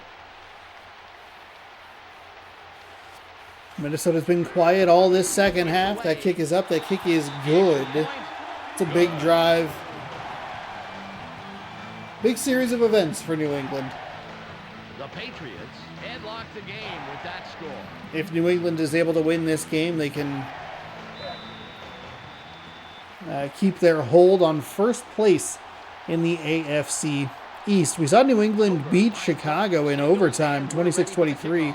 That's a big result as well. So they've played well against NFC North opponents in the games that we have seen. Oh, a nice run back, a terrific run back at the worst possible time for the Patriots special teams unit. But coming up big for the Minnesota Vikings is the special teams unit. And again, you look, it's a good punt return. Sets up New England for a touchdown. We saw them get set up with a field goal.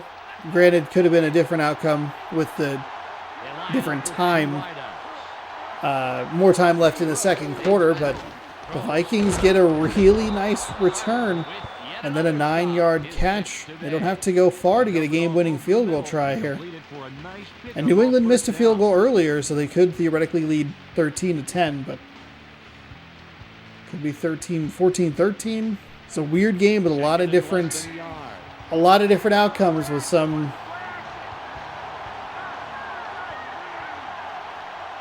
minor changes here and there. Garner's going to run. They're going to give him the first down, just barely. 40 seconds to go. You got to pick up the pace here, Minnesota. I'm okay with you picking up the first down, but you got to move. 35 seconds? Hello? It's a tie game? All at the 48-yard Please? line.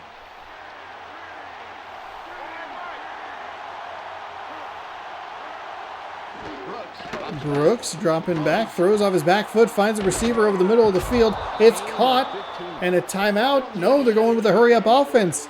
Do they not have timeouts left? They should have timeouts.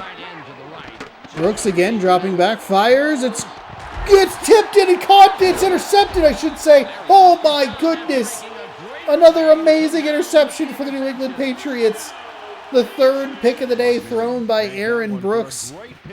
This was a mess. Why are you not using timeouts? Yeah, sweet, but it was hardly luck. Oh my gosh. Intercepting a pass is no picnic. You got a point there. A little luck, but mostly field smarts. I believe we're going to go to overtime here. This is a good game to go to overtime. There was absolutely no reason for them to hurry up. To hurry it up. They had timeouts. What are you doing? Manning's going to drop, fires, and New England.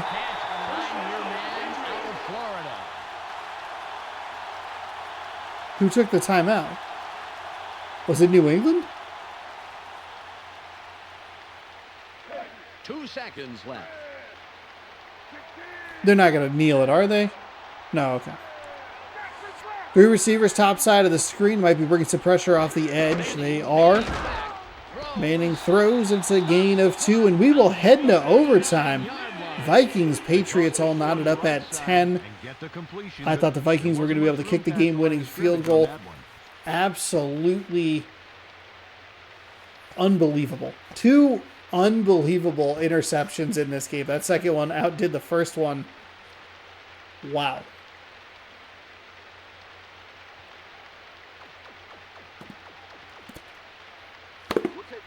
They call tails. Tails it is. So the Vikings select the coin toss. They pick tails and win. And that means that they will have the ball first in this overtime period. First score wins. Just over 2 kicks, no touchbacks, average start the 34-yard line. And we're ready for overtime. The kick is up.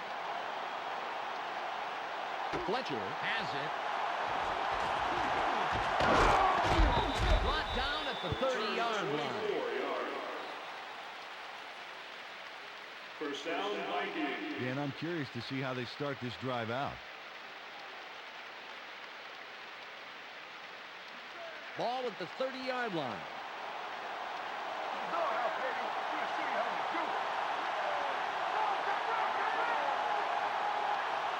Brooks, barely gets it off. The pass is incomplete. Aaron Brooks is feeling so much pressure there that his ears popped. No wonder he threw an incompletion.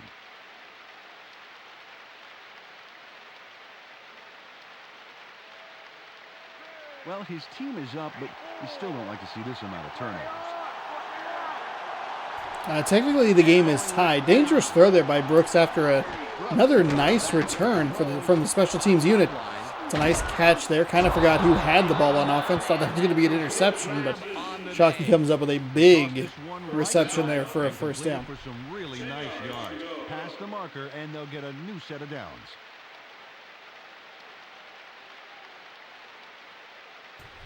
Ball on the 43.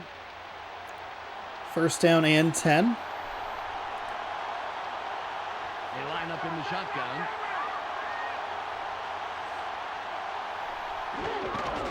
Going with a run. Oh, I thought they had him in the backfield, but Garner makes sure that he's able to pick up 3 on the play. Good solid run right there. Please don't let it be a tie. That's really going to throw a wrench into the process. It's 2nd and about 7 yards.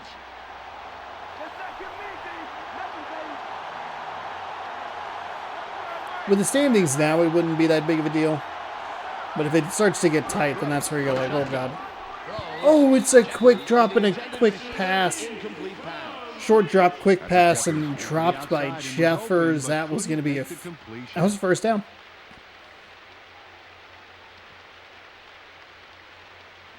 It's 3rd and about 7.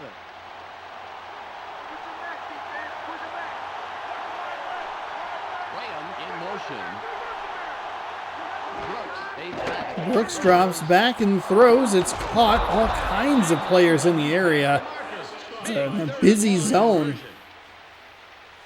But somehow finds the receiver that he's looking for. We'll take a look at the replay. It's really good anticipation. A couple defenders in the area and the other receiver running a route. Kind of threw another defender in the mix. I guess it's a completed pass. With Aaron Brooks in the way, he's thrown a couple interceptions today. One of them. Oh, look at this. No sacks. One of them not really his fault, just a really nice play on the defensive side. I don't think you want to give this team that's already kind of getting the ball bounce in their way another opportunity for that to happen. I don't know that we've heard much from Keyshawn Johnson lately. He is in motion to the top side of the screen. Brooks, quick pass. Ooh, overthrew him. Kind of went right through the hands, and there was a Patriots defender on the back end. Looked like he was going to get hands on it. Maybe a 4th interception today, but no luck.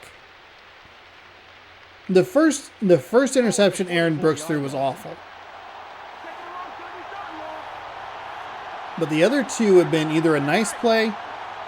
I mean, they've both been nice plays, but not necessarily his fault. Love the little float pass there. A terrific move to get out of the defender's reach. And he will, I think, unfortunately be injured here as he gets knocked out of bounds at the 21-yard line. Could be an issue with his foot. That's a big, or could be a big loss for the Minnesota Vikings. 1st and 10. At what point do you just say, hey, let's get 3 and go? That's what they're going to do right now. Jason Elam, his first made kick was from 25. This is for the game. Snap down, hold. Looked like the laces were back. The kick is up. The kick is good, and that does it. Because you know what's exciting? Losing football games on a field goal. NFL overtime rules are garbage. 13-10. That'll wrap it up for us on behalf. Though I do agree with, weirdly enough, I agree with Shanahan, the coach for the 49ers, about trying to play for that 3rd possession. Thanks for spending time with us. Up next, the ESPN post-game wrap-up. All right. Well, that'll do it. The rushing yards were not really all that existent for either team. Heavily, or very pass-heavy for both teams. The turnovers almost undid the Minnesota Vikings with some nice plays by their defense, helped them eke out a victory. Playoff game, player of the game, Donnie Edwards, 1 tip, 6 tackles. Well, that will do it for now. Make sure you tune into the weekly wrap-up for the entire weekend scores, highlights, and insight. I'm Clark Dishman. We'll see you then. And without even getting to touch the ball, New England Patriots lose in overtime. Again, fantastic. Just the best possible. No. Save. Couldn't possibly be the worst result ever.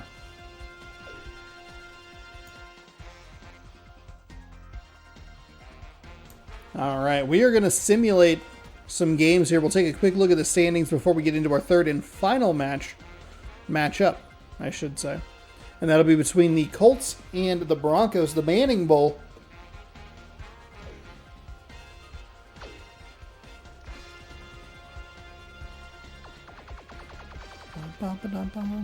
Eagles 49ers, the last game on the schedule. Now the game that we're going to take a quick peek at here as we see the Titans fall to the Ravens. Gross. The Seahawks beat the Chiefs 24-13, that's a big win for Seattle. They got to keep pace with the teams in front of them. 49ers, Rams, Cardinals. Cardinals big winners today. I don't usually do this part, by the way. The Rams fall, so that's an even bigger win for the Seahawks. The 49ers play the Eagles, but that'll be the last game that we find out the result for, because you can't simulate it without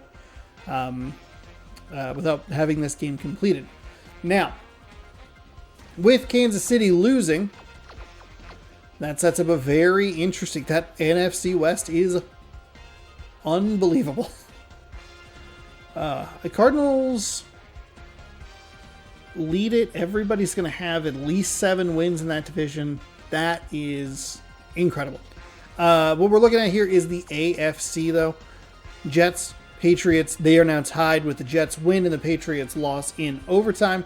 The Colts are 7-3. They're sitting in that second spot in the South. And Jaguars picked up a win, so they need a win to keep pace with that team. However, they do hold that 5th wild card spot.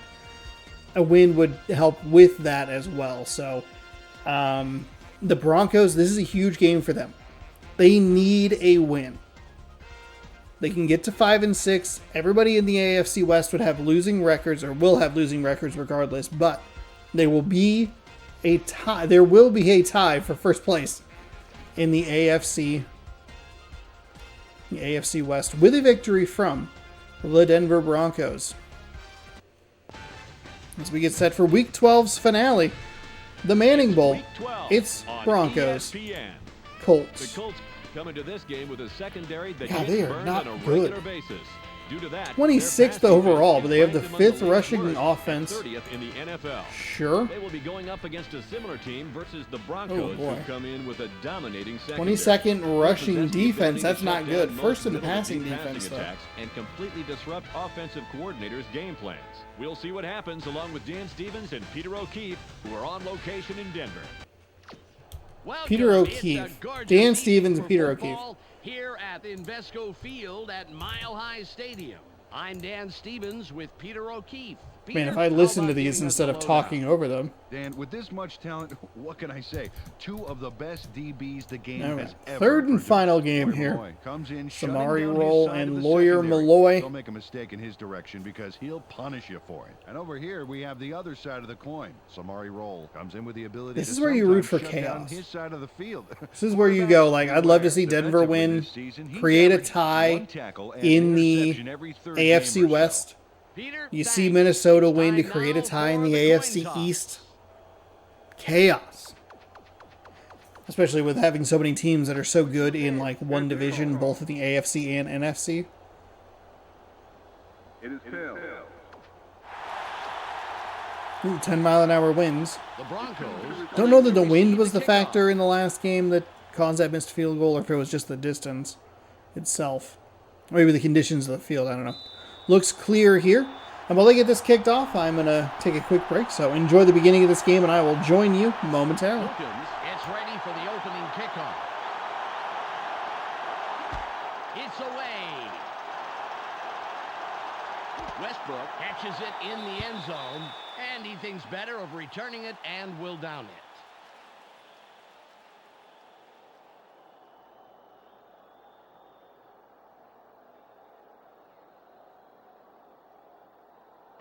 Ball at the 20-yard line. Just one man in the backfield. Taylor with the ball. Has room. Charges. The 40. 40. 30. 20. First out at the 21-yard line. Red Taylor charges forward and makes a terrific play. I love this part coming up. Oh, wow, yeah. Oh, it's like the Red Sea parted when he busted through. Well, sometimes the physical way is the smart way. Yeah, sometimes that's the only way to get big yards like this.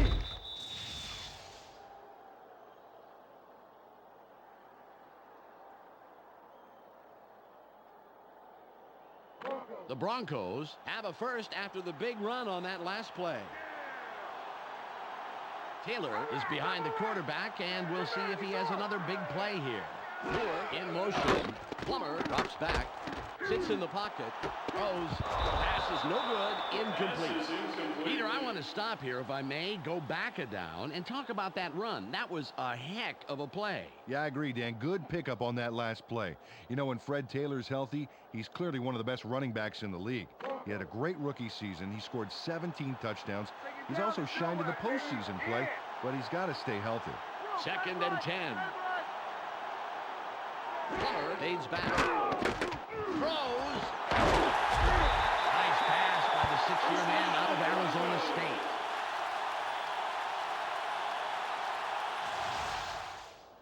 He sends a telegram to his man for the completion. Take a look.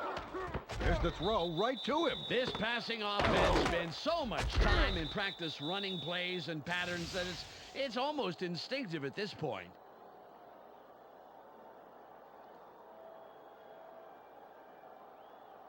It's 1st and goal.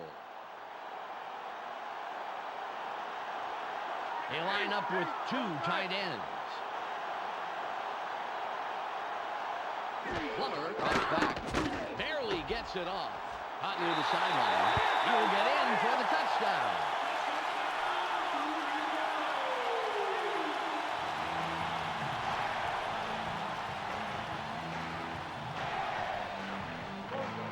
Casey lines up for the point after. Well, that's inconvenient. I missed a touchdown. Dang. Well, golly darn. Golly darn, ding darn. The extra point is good. Ding dang darn it. 7-0 Denver here early in this one. The Broncos strike first in the game, 7-0.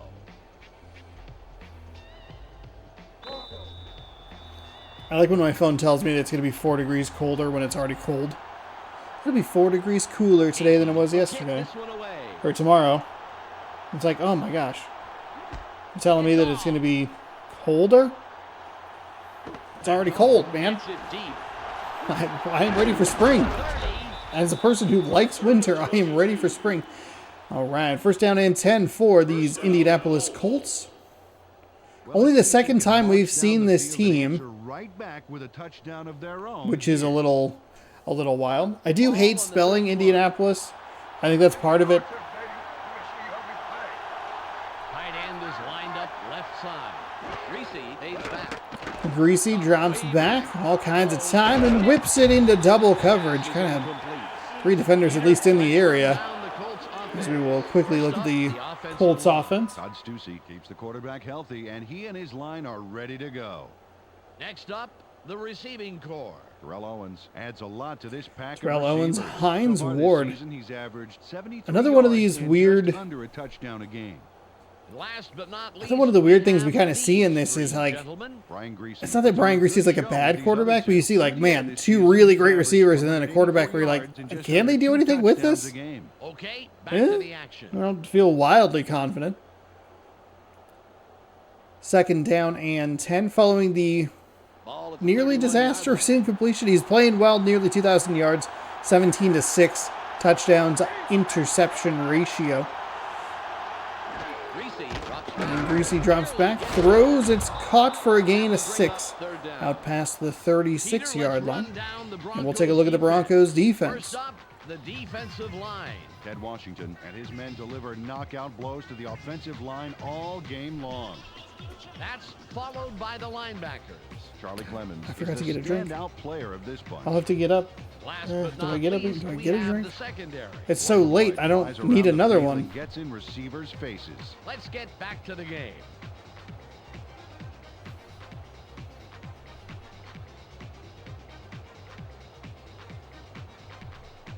Third and 4.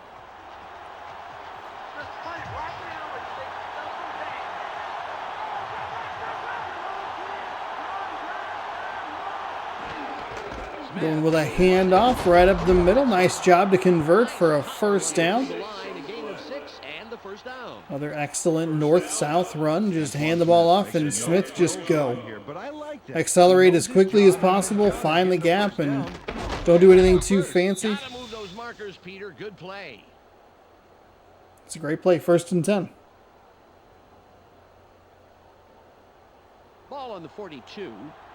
42 tackles for Lake.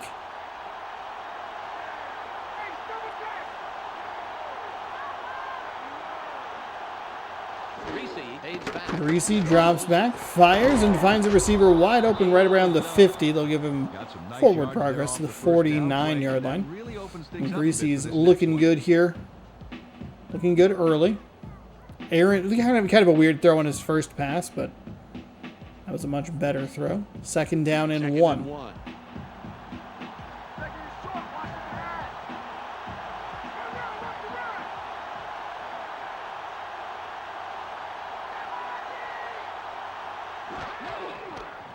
We'll go with a little run to the right side.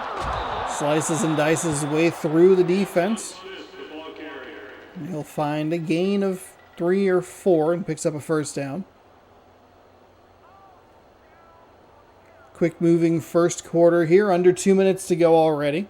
I'm going to do it. I'm going to get a drink. I'm going to crack it open and I'm going to regret it, but I'm going to do it. I'm a hero. Don't thank me later. First and 10. Greasy. Oh, he had it in his hands and he dropped it. It was a good decision. Tried to thread the defenders. Make it to him, but if McGee, you got to hold on to that he ball. might have gotten it. Hold on to that ball, McGee. Ball on the 44.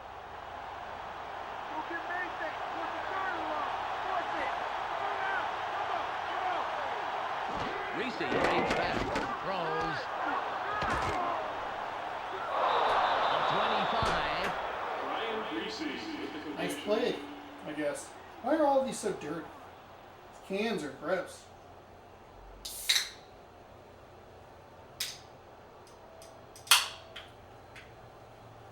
Ball at the 26-yard line. Tony McGee getting in on the action. First and 10 from the 26.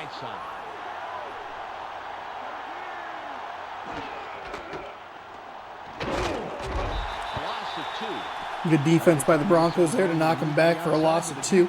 Second down and 12 coming up.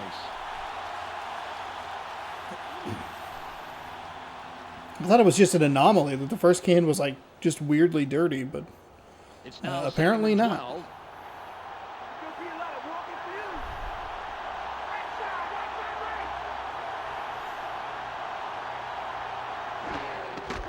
Greasy gives him another chance. He'll gain the 2 yards back that he lost, but it's still third and long.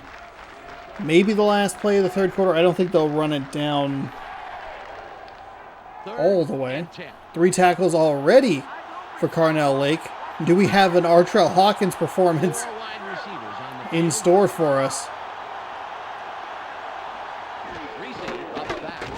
Greasy fires over the middle, gives his receiver a chance to get toward the first down marker. And again, a good job. It's a short pass and just turned upfield immediately, trying to get there, but just short. And this far longer drive from Indianapolis will produce 4 fewer points unless they go for it on 4th and 1 to start quarter number 2. Wilkins lines up for the field goal.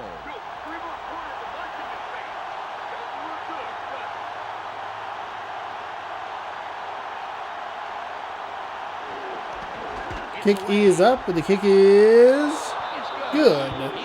So Denver now leads 7-3 after the made field goal. Wilkins with a nice kick there in the thin air of Mile High. Straight down the pipe. Yeah, nice kick, and the special team squad is happy about that. They love to see it go smoothly, just as that one did. The Colts cut it close. It's still anybody's game. The score, 7-3.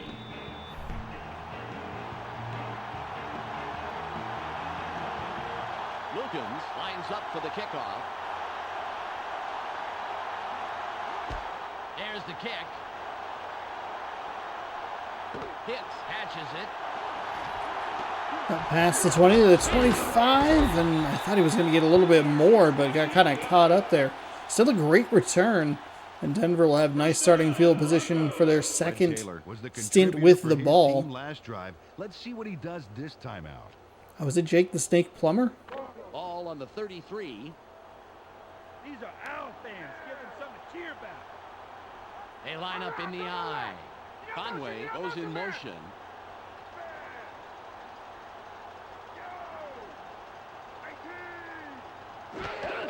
Taylor with the Taylor ball. tried to go outside, but broke it back inside. Smart decision. He'll pick up 5 rather than losing 2 or 3. Carried this one 2nd and off 5 the after side. that. Not a bad pickup. Just some nice yards there.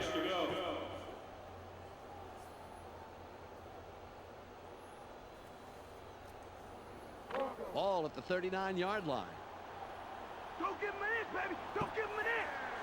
Hey, double time, double. 2nd and 5 out near the 40. They're going to go with a pitch to the outside. Taylor bowls a man over.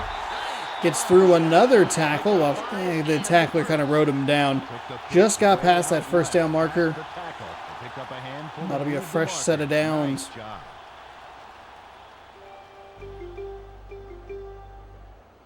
Ball on the 43.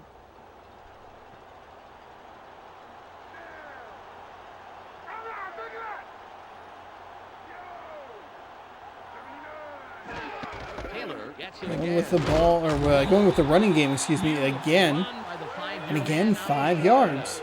Took the handoff and went right of center. 3 straight 5-yard carries. Down play.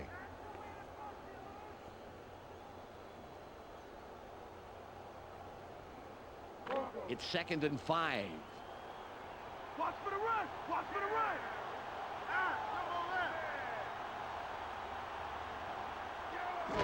Plummer fades back. Plummer drops back and fires, finds a receiver, and he is free and clear up the sideline. He'll get tackled down at the 13-yard line. And that is Conway with a fantastic grab. Or I guess a nice catch and run is the better description there.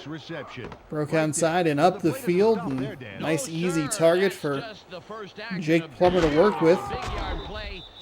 I thought they maybe would stick with it on the ground. 3 5-yard gains in a row. But they go to the air, and that's why I'm sitting here commentating and not calling the plays. 3 for 4, 59 yards, 1 touchdown already for Plummer as we approach the halfway point of the second quarter. Repeat his performance from the last play. Conway in motion. Plummer drops back, gets out of... Oh my goodness, it's intercepted! Oh... What a terrible turn of events for Denver. Looked like they were going to try and get themselves into 2-score lead territory. Take control of this game, but it's just a bit of an errant throw. Sertan coming up with the interception. You got that right, Dan. Great reaction time to snag the Wow. ball out of the air like Got that. out of the sack. Then they walked away with only 3 Tried to points. rip it toward the Dan, end zone, you but a know that terrific this time out, defensive they play wanna punch it into results the in end an interception, and it's 1st and 10 at the 18. Not only is it a nice interception, but a great run back there as well. Greasy throws, and it's caught. And it's a short game. They'll give him 3 on the reception. They tossed this one right side and completed, but there was not a lot of room to work with. Maybe a couple there. Terrell Owens and Hines Ward. Ball on the 21.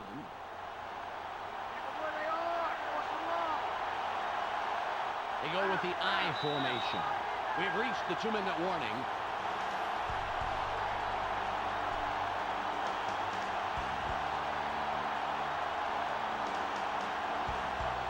It's 2nd and about 7 yards.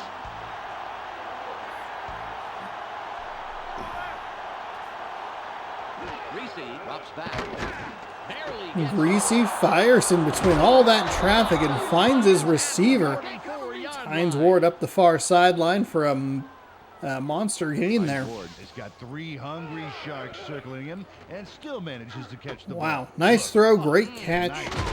Or maybe a nice catch, great throw. Could have easily broken up that play, even picked off the pass. Why throw to it? Between 3 Broncos. This really is like a horse game, huh? For something. You have Broncos and then their horseshoes. Ball at the 44-yard line.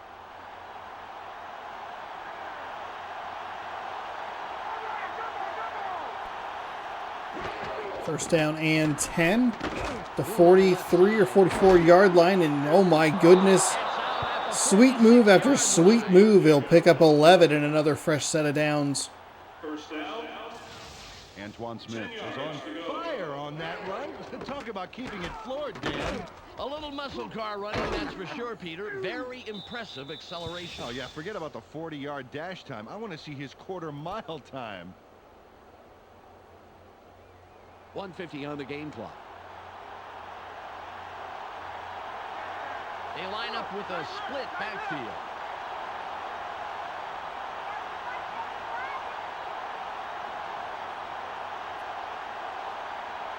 First and 10 from the 46 of Denver.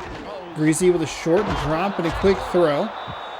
Somehow that's a 2nd and 1 and not a first down. Those lines are on top of each other. Hines Ward with another great reception.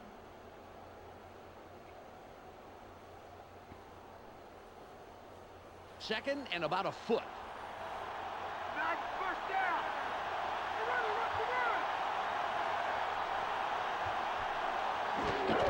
Smith will run it. I'll give him the first down. We'll see a timeout taken. Past the markers, and indeed they are. First down. The Colts take their first timeout. Took this one off his right guard, and there was not much there once through the line, but he does get the first. Ball on the 35.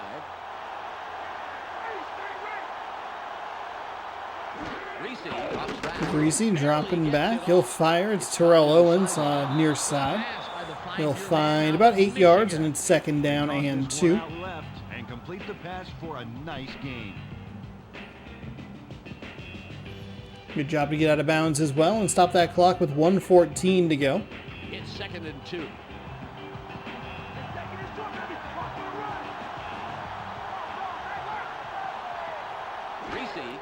Greasy dropping back. Short throw. I believe that's Owens again. Tried to spin out of the first tackler's grasp and did, but got plastered in the back. 1st and 10. This Colts offense looking really good. Red zone D this season. 27 stands, 11 touchdowns, 12 field goals. Greasy fires a leaping grab. That might be Hines Ward again. We'll see a timeout as it's 2nd down and 1. They dump it off over the middle and complete it for a nice pick. Not sure who that ball went to, but it was a really smooth grab. 2nd and 1.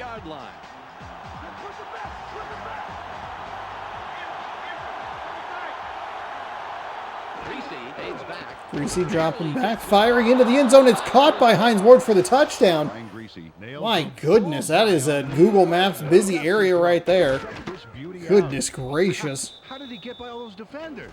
There's another receiver in the area. Four defenders. Wow. Indianapolis drives right down this field and punches it in for 6. Wilkins will line up for the point after.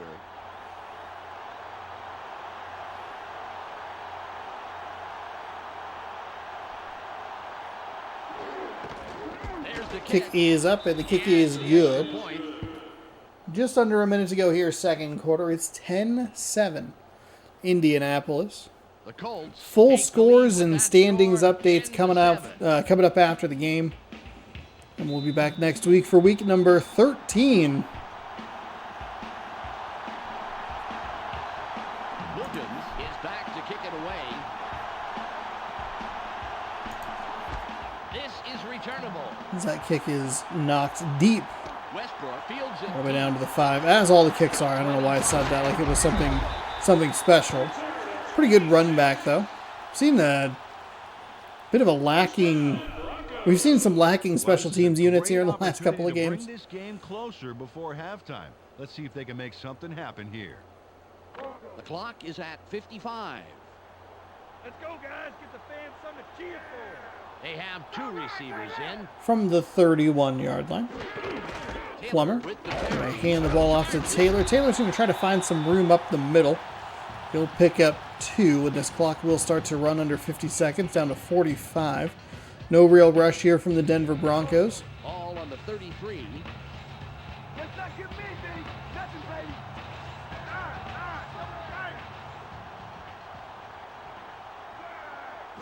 Drops back. Plummer, quick drop, throws to the outside. Nice catch there. Gets knocked out of bounds after a solid gain and a pickup of after picking up a first down.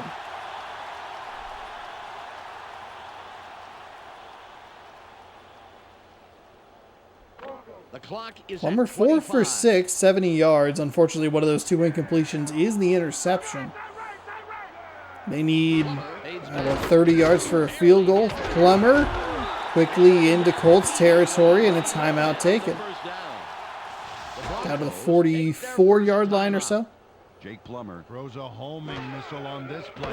Check this out. Totally threads the needle. There are two defenders there, Peter, and there was definitely not a lot of room for error. Oh, absolutely. There was not a lot of room for anything.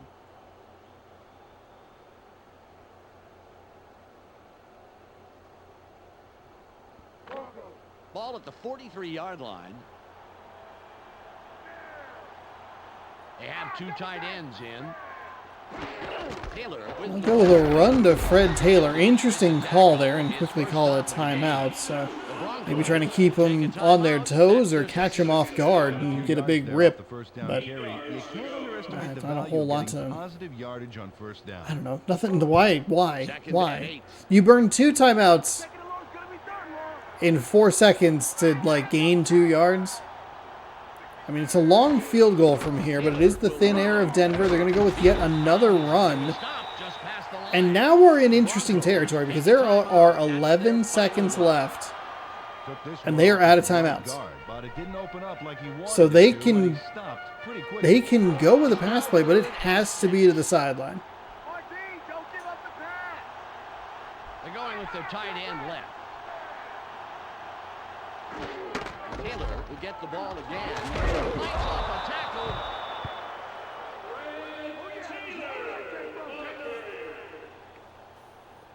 That will do it for the first half. The score, 10-7. The ESPN halftime update with Clark Dishman. Okay, I have flipped. I wanted chaos, Denver. I don't want you anywhere near the playoffs. Are you kidding me? You called timeouts to run the football? Are you morons? They're like, we'd really like our passing yards and rushing yards to be exactly equal when we go to half at 83 yards per. You colossal doofuses. What are you doing?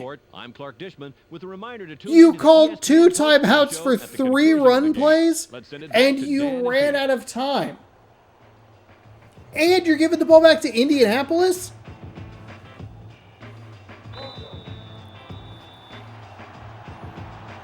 Burn the stadium down. This team doesn't deserve to exist. Just burn it down. I saved before this game. Well, I saved after the other one, but I guess I probably could have reset the console. Just, simulated it. Made sure Denver lost. I can't believe that. Oh, that bonehead play calling. We've seen some pretty questionable play calling in toward the end of halves before. Ball on the 28. I mean, that has to take the cake. That absolutely has to take the cake. With the carry. Great tackle by the 14-year Good defensive stop, and we might have an Artrell Hawkins performance here as we yet again highlight Lake. If you don't know the Artrell Hawkins, he had like 14 tackles. They showed his stats every single time. It was a NFL Primetime 2002 matchup, I think late in the season for Kansas City.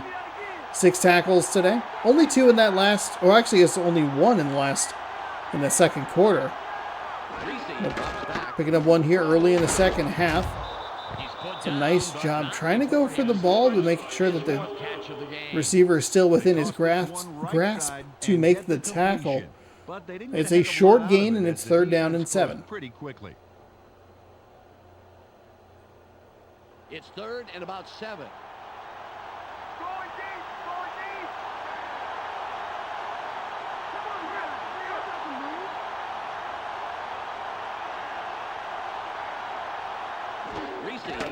Reese with a short drop, throwing toward the sideline. Owens with a nice grab and works his way all the way up to the 49-yard line? Or is it the 20? Terrell Owens steps up when the chips are down on third, baby. There's the catch, shy of the first. So he guns it for the first down. This guy will It fight is up tooth to and nail the for yards he needs. 49-yard line or so.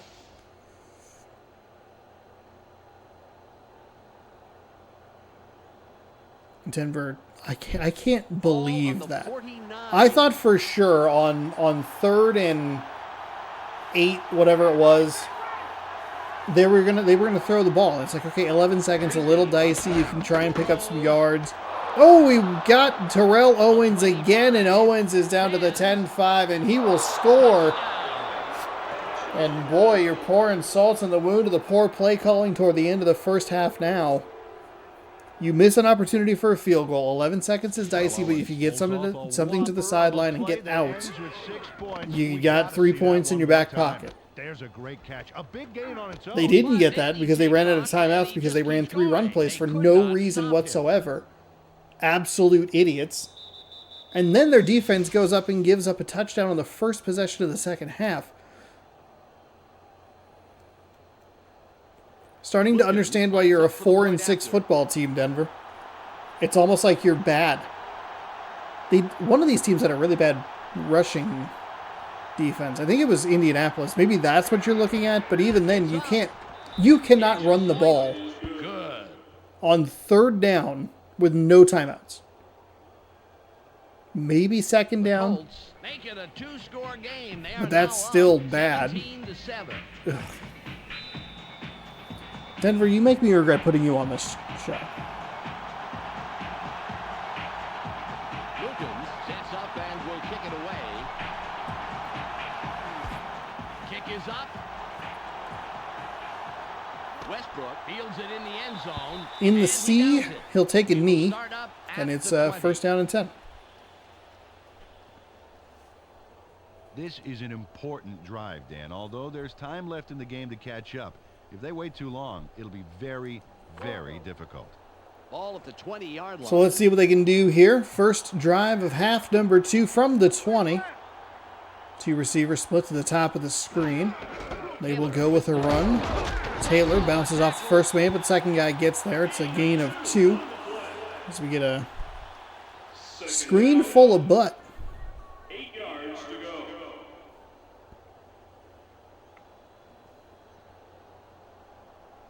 go. 2nd and 8. 24 tackles, 3 interceptions for Patrick Surtain this season. Conway goes in motion. Seems like kind of a small number when you have Lake on the other side for Denver with 6 tackles in today's game. Taylor will 2nd and 8, and they'll hand the ball to Taylor, who leaps and gets tackled down short of the line to gain, with just by a yard. 3rd and 1 coming up. Fred Taylor has a nice run here, but what people will be talking about tomorrow is right here. Man, what a great lead. He picked up some extra yardage by hurdling over his tackler. Brilliant move, perfectly timed. Yeah, you know, Dan, maybe they should add a new stat for vertical yardage as well as horizontal. 3rd and 1. Short yardage, baby. Play it tight. Play it tight. They go with one man back. Taylor again. Taylor trying to run right side, gets pushed forward after a nice gain, and it's 1st down and 10. You can run the ball now because there's all kinds of time. Gives him a little breathing room to get the 1st down. You know, a ball carrier can be Not really sure. as Michael Okay. Johnson, but well, he isn't getting very far if he doesn't have blockers working for him.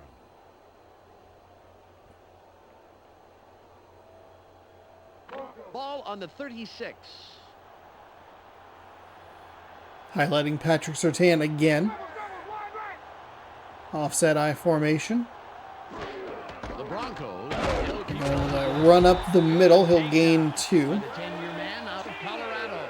Went with the draw between the left guard and tackle, but he's barely past the line of scrimmage before he stopped.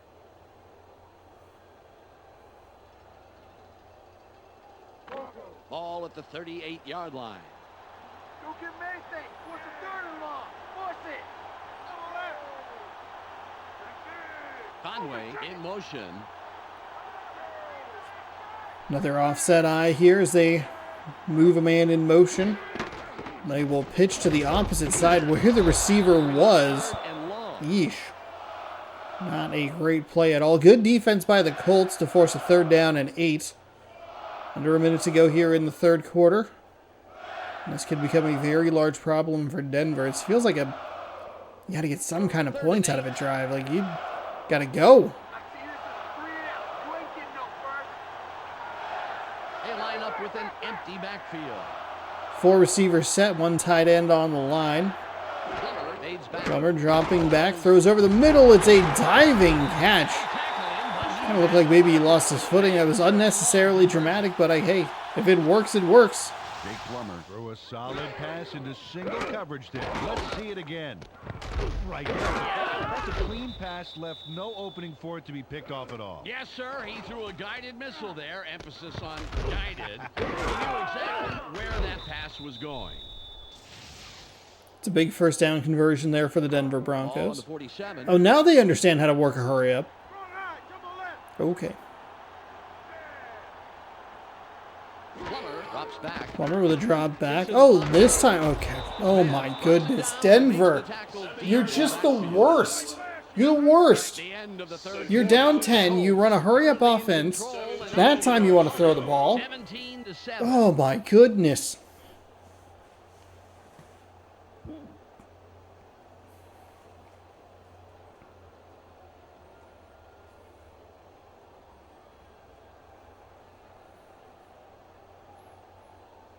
It's 2nd and about 17. You played us for 3. You can't handle us for 4. Right side, Throws. Plummer rolls and fires. He finds the receiver inside the 40, down to the 30, inside the 20, 15, 10, 5. Touchdown, Broncos! I've only been insulting them for most of the 3rd quarter. Awesome job here. Wow, terrible defense there. That might be Surtain there, who we got highlighted a couple of times on that drive, but just a terrible break on the ball. Not uncommon in this game because it does look a little weird sometimes, but a great play for the Denver offense, and they'll cut this lead down to 3 with this point after try.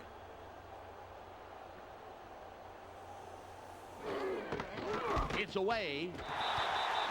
I put my arms up because it was a PAT, and then you went and kicked it like that. 17-14 your score. The Broncos cut into the lead, and the game can go anywhere from here. The score, 17-14. 8-play, 80-yard drive, 3:19 off the clock, and a big chunk of it, maybe even half of it, on that final play. It's off. A couple yards deep in the end zone. He's out to the 10, to the 20. And actually gets stopped short of the 20. They'll call it the 19-yard line. So we see some minor screen tearing at the bottom. Ignore that. Time for the offense to do It'll be their patched job. out later. Check it out. Greasy and Indianapolis were explosive down the field on their first drive of the 2nd half. Going with their tight end right. Here we go with a running play. Smith. Oh, he got out of that tackle, slipped through it, and he'll get tackled hard out of bounds. They're going to call it 2nd and 1, though. Again, the line's just right on top of each other. Opens up his bag of tricks on this run. Let's take a look. Oh, he actually rolls with the tackle, and after the brief stumble, he motors upfield. Well, if you can't beat him, join him, eh, Peter? Yeah, it looks that way, Danny. You really got the job done on that play.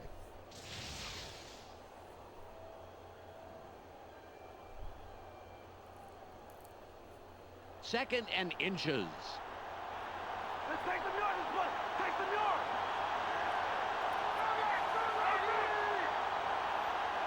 Second down and 1. They'll go with a run. They'll go left. They'll go left side and just cut down. That looked like it was just like an up, and then all of a sudden he was 180 degrees. Whoa! Face first in the ground, but picks up the line to gain anyway. They'll shift into a little more of a clock management mode here. Only up 3, so you want to keep some level of pace or rhythm. but still burn some clock while you're at it. They left about 20 seconds that time, and that'll lead to a loss of 3. It wasn't because they snapped it with 20 seconds left on the play clock. Just a great Denver defensive play to drop them for a big loss.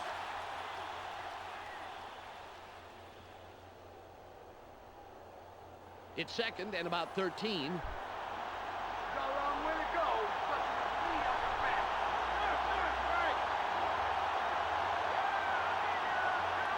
Second and 13. Greasy firing over the middle. It's in and out of the hands, and that's a big drop because it stops the clock at 3:32.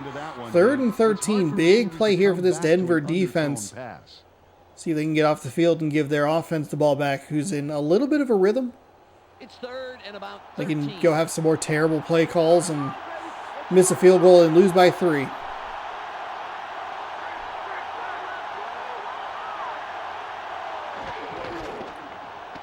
Greasy, drop it, firing.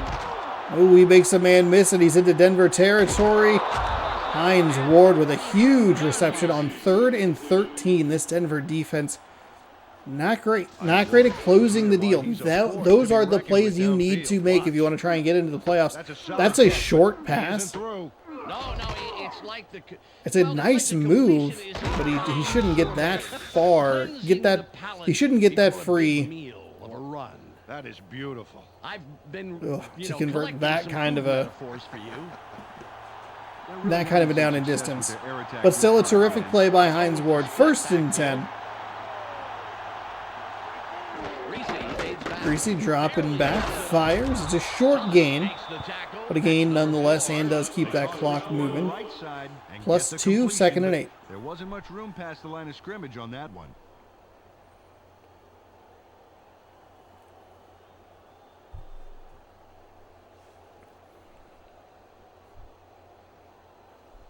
Ball at the 40-yard line.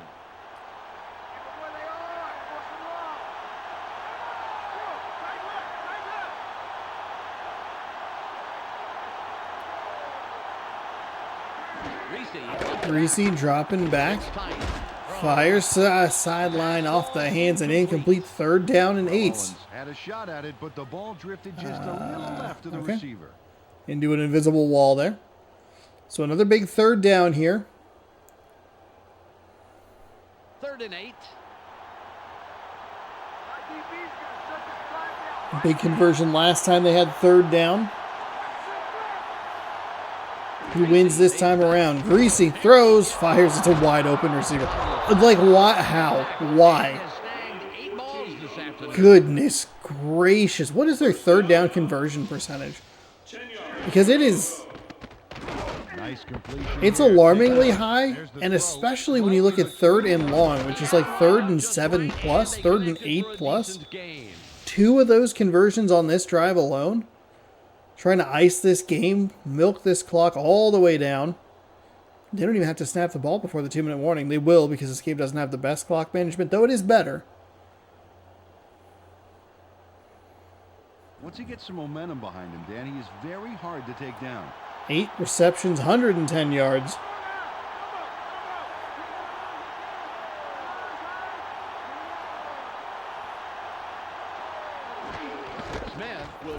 They're going to go with a run play, and that saves Denver a timeout. 2nd and 5.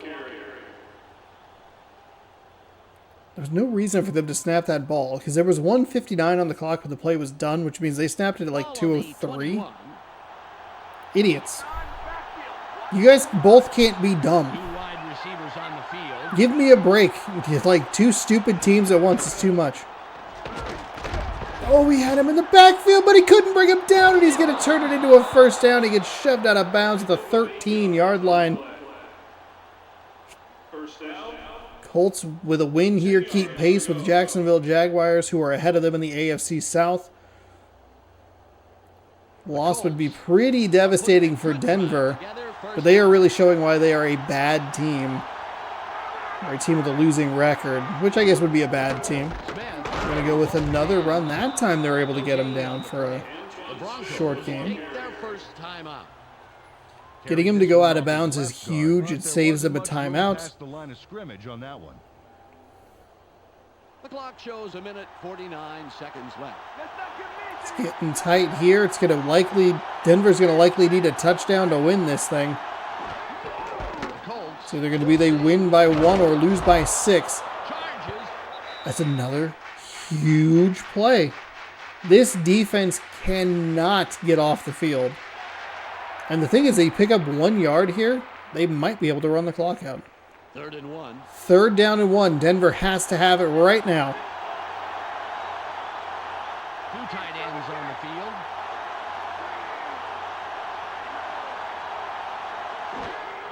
They go with a handoff. Smith into the end zone. Touchdown.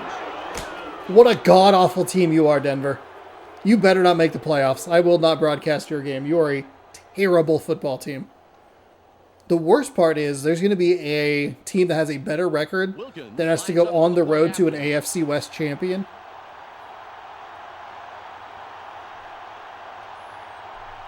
Just heinous. I mean, absolutely heinous. There's the kick. He adds the extra point. The lead back up to 10. Denver could not get off the field to save their The lives. Colts have extended 3rd down their lead conversion and after a two-score 3rd down game. conversion. They're up 24-14. 301, 81-yard methodical drive, 13 plays. Wilkins Gross. takes this one away. Everything about it It's is gross. away. The kick is away. Westbrook Return from the at 5, 15. which has been about the average return spot for Denver. He'll get it up to the 27-yard line. That'll be 1st and 10. Well, it'll take a miracle or 3, but they have the smallest of small margins to win. They will need to score very, very quickly, however. 1:37 to go. Game is hard. A couple of good games here to end the video. I guess it's not really end, but Throws. caught up past the 40. They'll waste a timeout. Whatever. Take the timeout. Who cares? Denver, you idiots. Troy Brown had You gonna run it 3 times now? Still made the catch, Dan. Oh, there it is. Man, you can't coach that. Yeah, and with double coverage, I'm really surprised the pass came his way at all.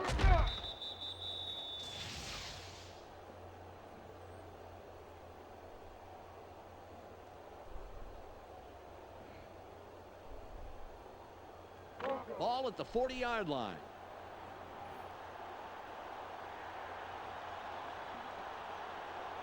They're going with 4 wideouts. Barely gets it off. Oh, wow. Somehow got the reception there. Steps out of bounds after a pretty nice game. Huh. Curtis Conway. Sure Put a bet nice they- play together there. Let's take a look. Oh, nice catch. Yeah, he makes the catch there and then sees a little room to move, and he takes it. How badly you think they want that field goal that they missed an opportunity to even kick earlier in this game? Ball on the 40.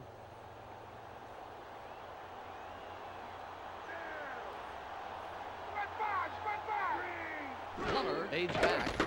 Plummer. He's down. So it could be 24-17. Troy Brown's It's second and has 6 5. receptions for 61 yards. An empty backfield. Plummer dropping, fires. It's caught at the 25. They'll go into a hurry up here. Plummer aids back. Plummer dropping back, fires. Moore was the intended receiver incomplete. I don't think it audibles or changes the play at all. I think it's just the same play they run over and over again. Tough for a receiver to reverse direction and try to rescue those kind of balls. The clock is at 1:05. Taking along is gonna be done, Long. They have 3 receivers in. Plummer drops back. Barely Plummer gets dropping off. back, overthrows his intended Second target. incompletion Though it in looked a like he row. had the other receiver that the Let his ball man was by closer way too to, much on that play. pretty That open is there. Unless his receiver was on a scooter or something. 3rd and 10. Hey, baby, just go on and give the pass up.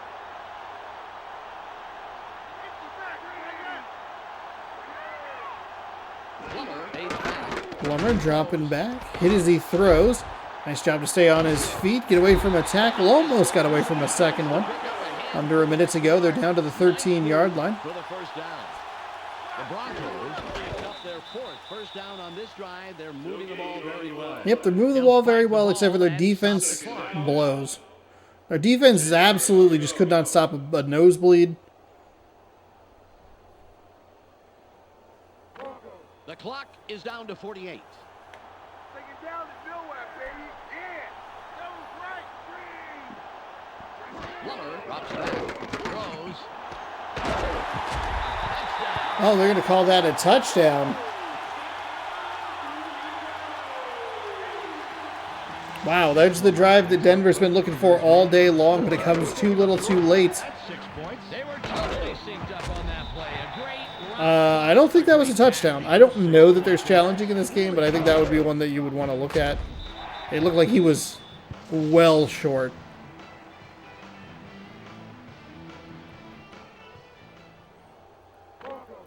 Casey will line up for the point after.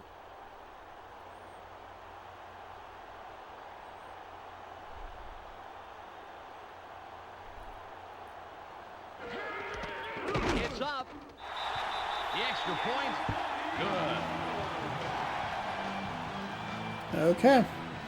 So one onside kick chance here, and then Indianapolis can kneel it out. This game, the score, 24 to We've had two longer games and kind of balanced out how long this video is. I did talk a little bit at the in the intro, but that's usually what happens. We get one game that's like, hey, it's a little quicker, looking like it's going to be a shorter video, and then the other two games go, no, wait, hold on. It's on. Not a terrible kick, got that big bounce that you're looking for, but a good job by Indianapolis to Great hands by the receiving team. recover it. Well, they had to try it, Dan. Two but kneel they didn't downs. get the onside kick. Boop. Let's watch There it. it is. There's the Good grab. aggression Well, there. the hands team, as they're called, played that beautifully, Peter. There really wasn't much hope of recovering that one. Yeah, like I said, they had to try, but now it's not looking so good. Dan, the most important drive of the game here. If they get a first down and control the clock, hey, they could walk away with this one. 44 seconds on the game clock. He'll take a knee. Actually, they might only have to take one knee because there's so much time that runs off between the two, between the end of the play and the start of the next one. And that'll do it. Indianapolis wins this one 24-21. The field goal, the difference that Denver just couldn't even get one figured out by the end of the first half. That's the big problem for Denver. Well, a big problem. Horrendous play calling right before the end of the first half. And some god-awful defense in the fourth quarter. They made it close. They put up a fight, but Indianapolis walks away victorious. They will keep pace with the Jacksonville Jaguars in the AFC South. And Denver Broncos miss a golden opportunity to tie up the AFC West. But we'll see what else is in store for this NFL week. We get your scores and your standings right after this post-game report that for some reason I keep forgetting about. Let's go now to the post-game wrap-up here on ESPN. Welcome to the ESPN postgame show. 325 yards. Come away with a close 3-point win over the I mean, the Broncos. interception They was now move to huge. 8-3 on the year. The Colts blew up on offense as the numbers show us. Because Denver was up 7-0. And it looked like Denver was going to take a 14-3 lead. 231 yards and 2 touchdowns. He will get our ESPN player of the game. And that's all we have for you today. Don't forget to tune in to the weekly wrap-up for this week's scores, highlights, and analysis. I'm Clark Dishman. We'll see you then. Dishman Dodge. Okay, hold on. Box score. Team stats. Third down. So the Colts were 3 for 4. I mean, the Broncos were 83%. They were 5 for 6. I think the problem is that the two of them were on the last drive. Wild.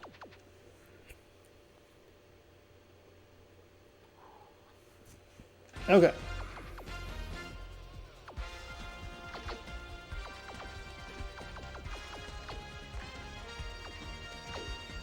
Overwrite random roster season 6 on our memory card. Our pretty much unlimited memory card. God forbid if I ever have to delete anything. Ooh. Considering that there are 50,000 plus kilobytes, and and this one's 631. I think we're fine. I think it's divided into 2 chunks of like 128 megabytes or whatever it is for 256, which is huge, but there are 2 halves to it. God bless new technology allowing me to play old games and not have to worry about the 8 megabytes of data. Because that would be so much. Or 15 blocks or whatever it is on PlayStation 1. Okay. Let's go schedule. Let's take a look. We got the double header for Thanksgiving week, but we're not going to worry about that one. The Panthers got blanked by the Falcons in an ugly one, 20-0. That led off our coverage. Jets clobber the Bills 43-23. And that put them, gave them an opportunity for a tie for first place in the AFC East. Bengals squeak out a victory 26-24 in Pittsburgh. Browns all over the Saints 28-10. Bears beat the Lions 29-23, putting a severe dent in the hopes of the Lions' playoff chances. The Buccaneers clobber the Packers 30-10. The Packers are awful. Jaguars over the Cowboys 20-10. Vikings beat the Patriots by 3 in overtime 13-10. Dolphins just barely win. They win by a safety 30-28 over the Chargers. Ravens beat the Titans. That's a big upset 14-10. Seahawks knock off the Chiefs. That puts the Chiefs, while in first place in the AFC West, under 500. Seahawks keep in contention in a ridiculously crowded NFC West. 24-13 your final there. Pardon me. Cardinals with a 29-point victory over the Raiders 39-10. Texans, they fall to the Giants 23-19. White Sox alert, everybody. The Rams lose by 3 in Washington 13-10. Colts over the Broncos 24-21. That score closer than the game probably was. And the Eagles, just lose to the 49ers 31-29. Let's see how that affects the team standings here as we take a look at the AFC. The Browns on top of the North at 8-3. They have a 2-game lead over the Bengals, who are 6-5. The Steelers fall to 5-6, losing to the Bengals. The Ravens pick up a victory, but they've been out of it for a while. They are 3-8. We'll move down to the East, which has 2 7-4 teams, the Jets and the Patriots. They're tied for first place. They have the Jets in first, though, and the Patriots in second. That could just be alphabetical because it's the same way for the Bills and the Dolphins, who are 4-7. The Bills technically in third. We'll move up to the South in the upper right-hand corner. The Jaguars picked up a victory today. They are 9-2. Colts kept pace with a victory. They are 8-3. Titans blow an opportunity to keep pace. They fall to 7-4, though still in good position to pick up a wild card spot. Depending on who the tiebreakers would be between the Titans and the second place AFC East team, Titans could be in, they could also be out. So that's an interesting little wrinkle to worry about. The Chiefs are 5-6. They lead the AFC West. The Broncos are 4-7. Chargers 3-8, along with the Raiders. Texans are 3-8 as well. 4 3-8 teams in the AFC. Bad. The NFC North has been controlled by the Bears all season long. They lead it with a record of 8-3. The Vikings, a couple games back at 6-5, but they're kind of getting squeezed out by the very competitive NFC West.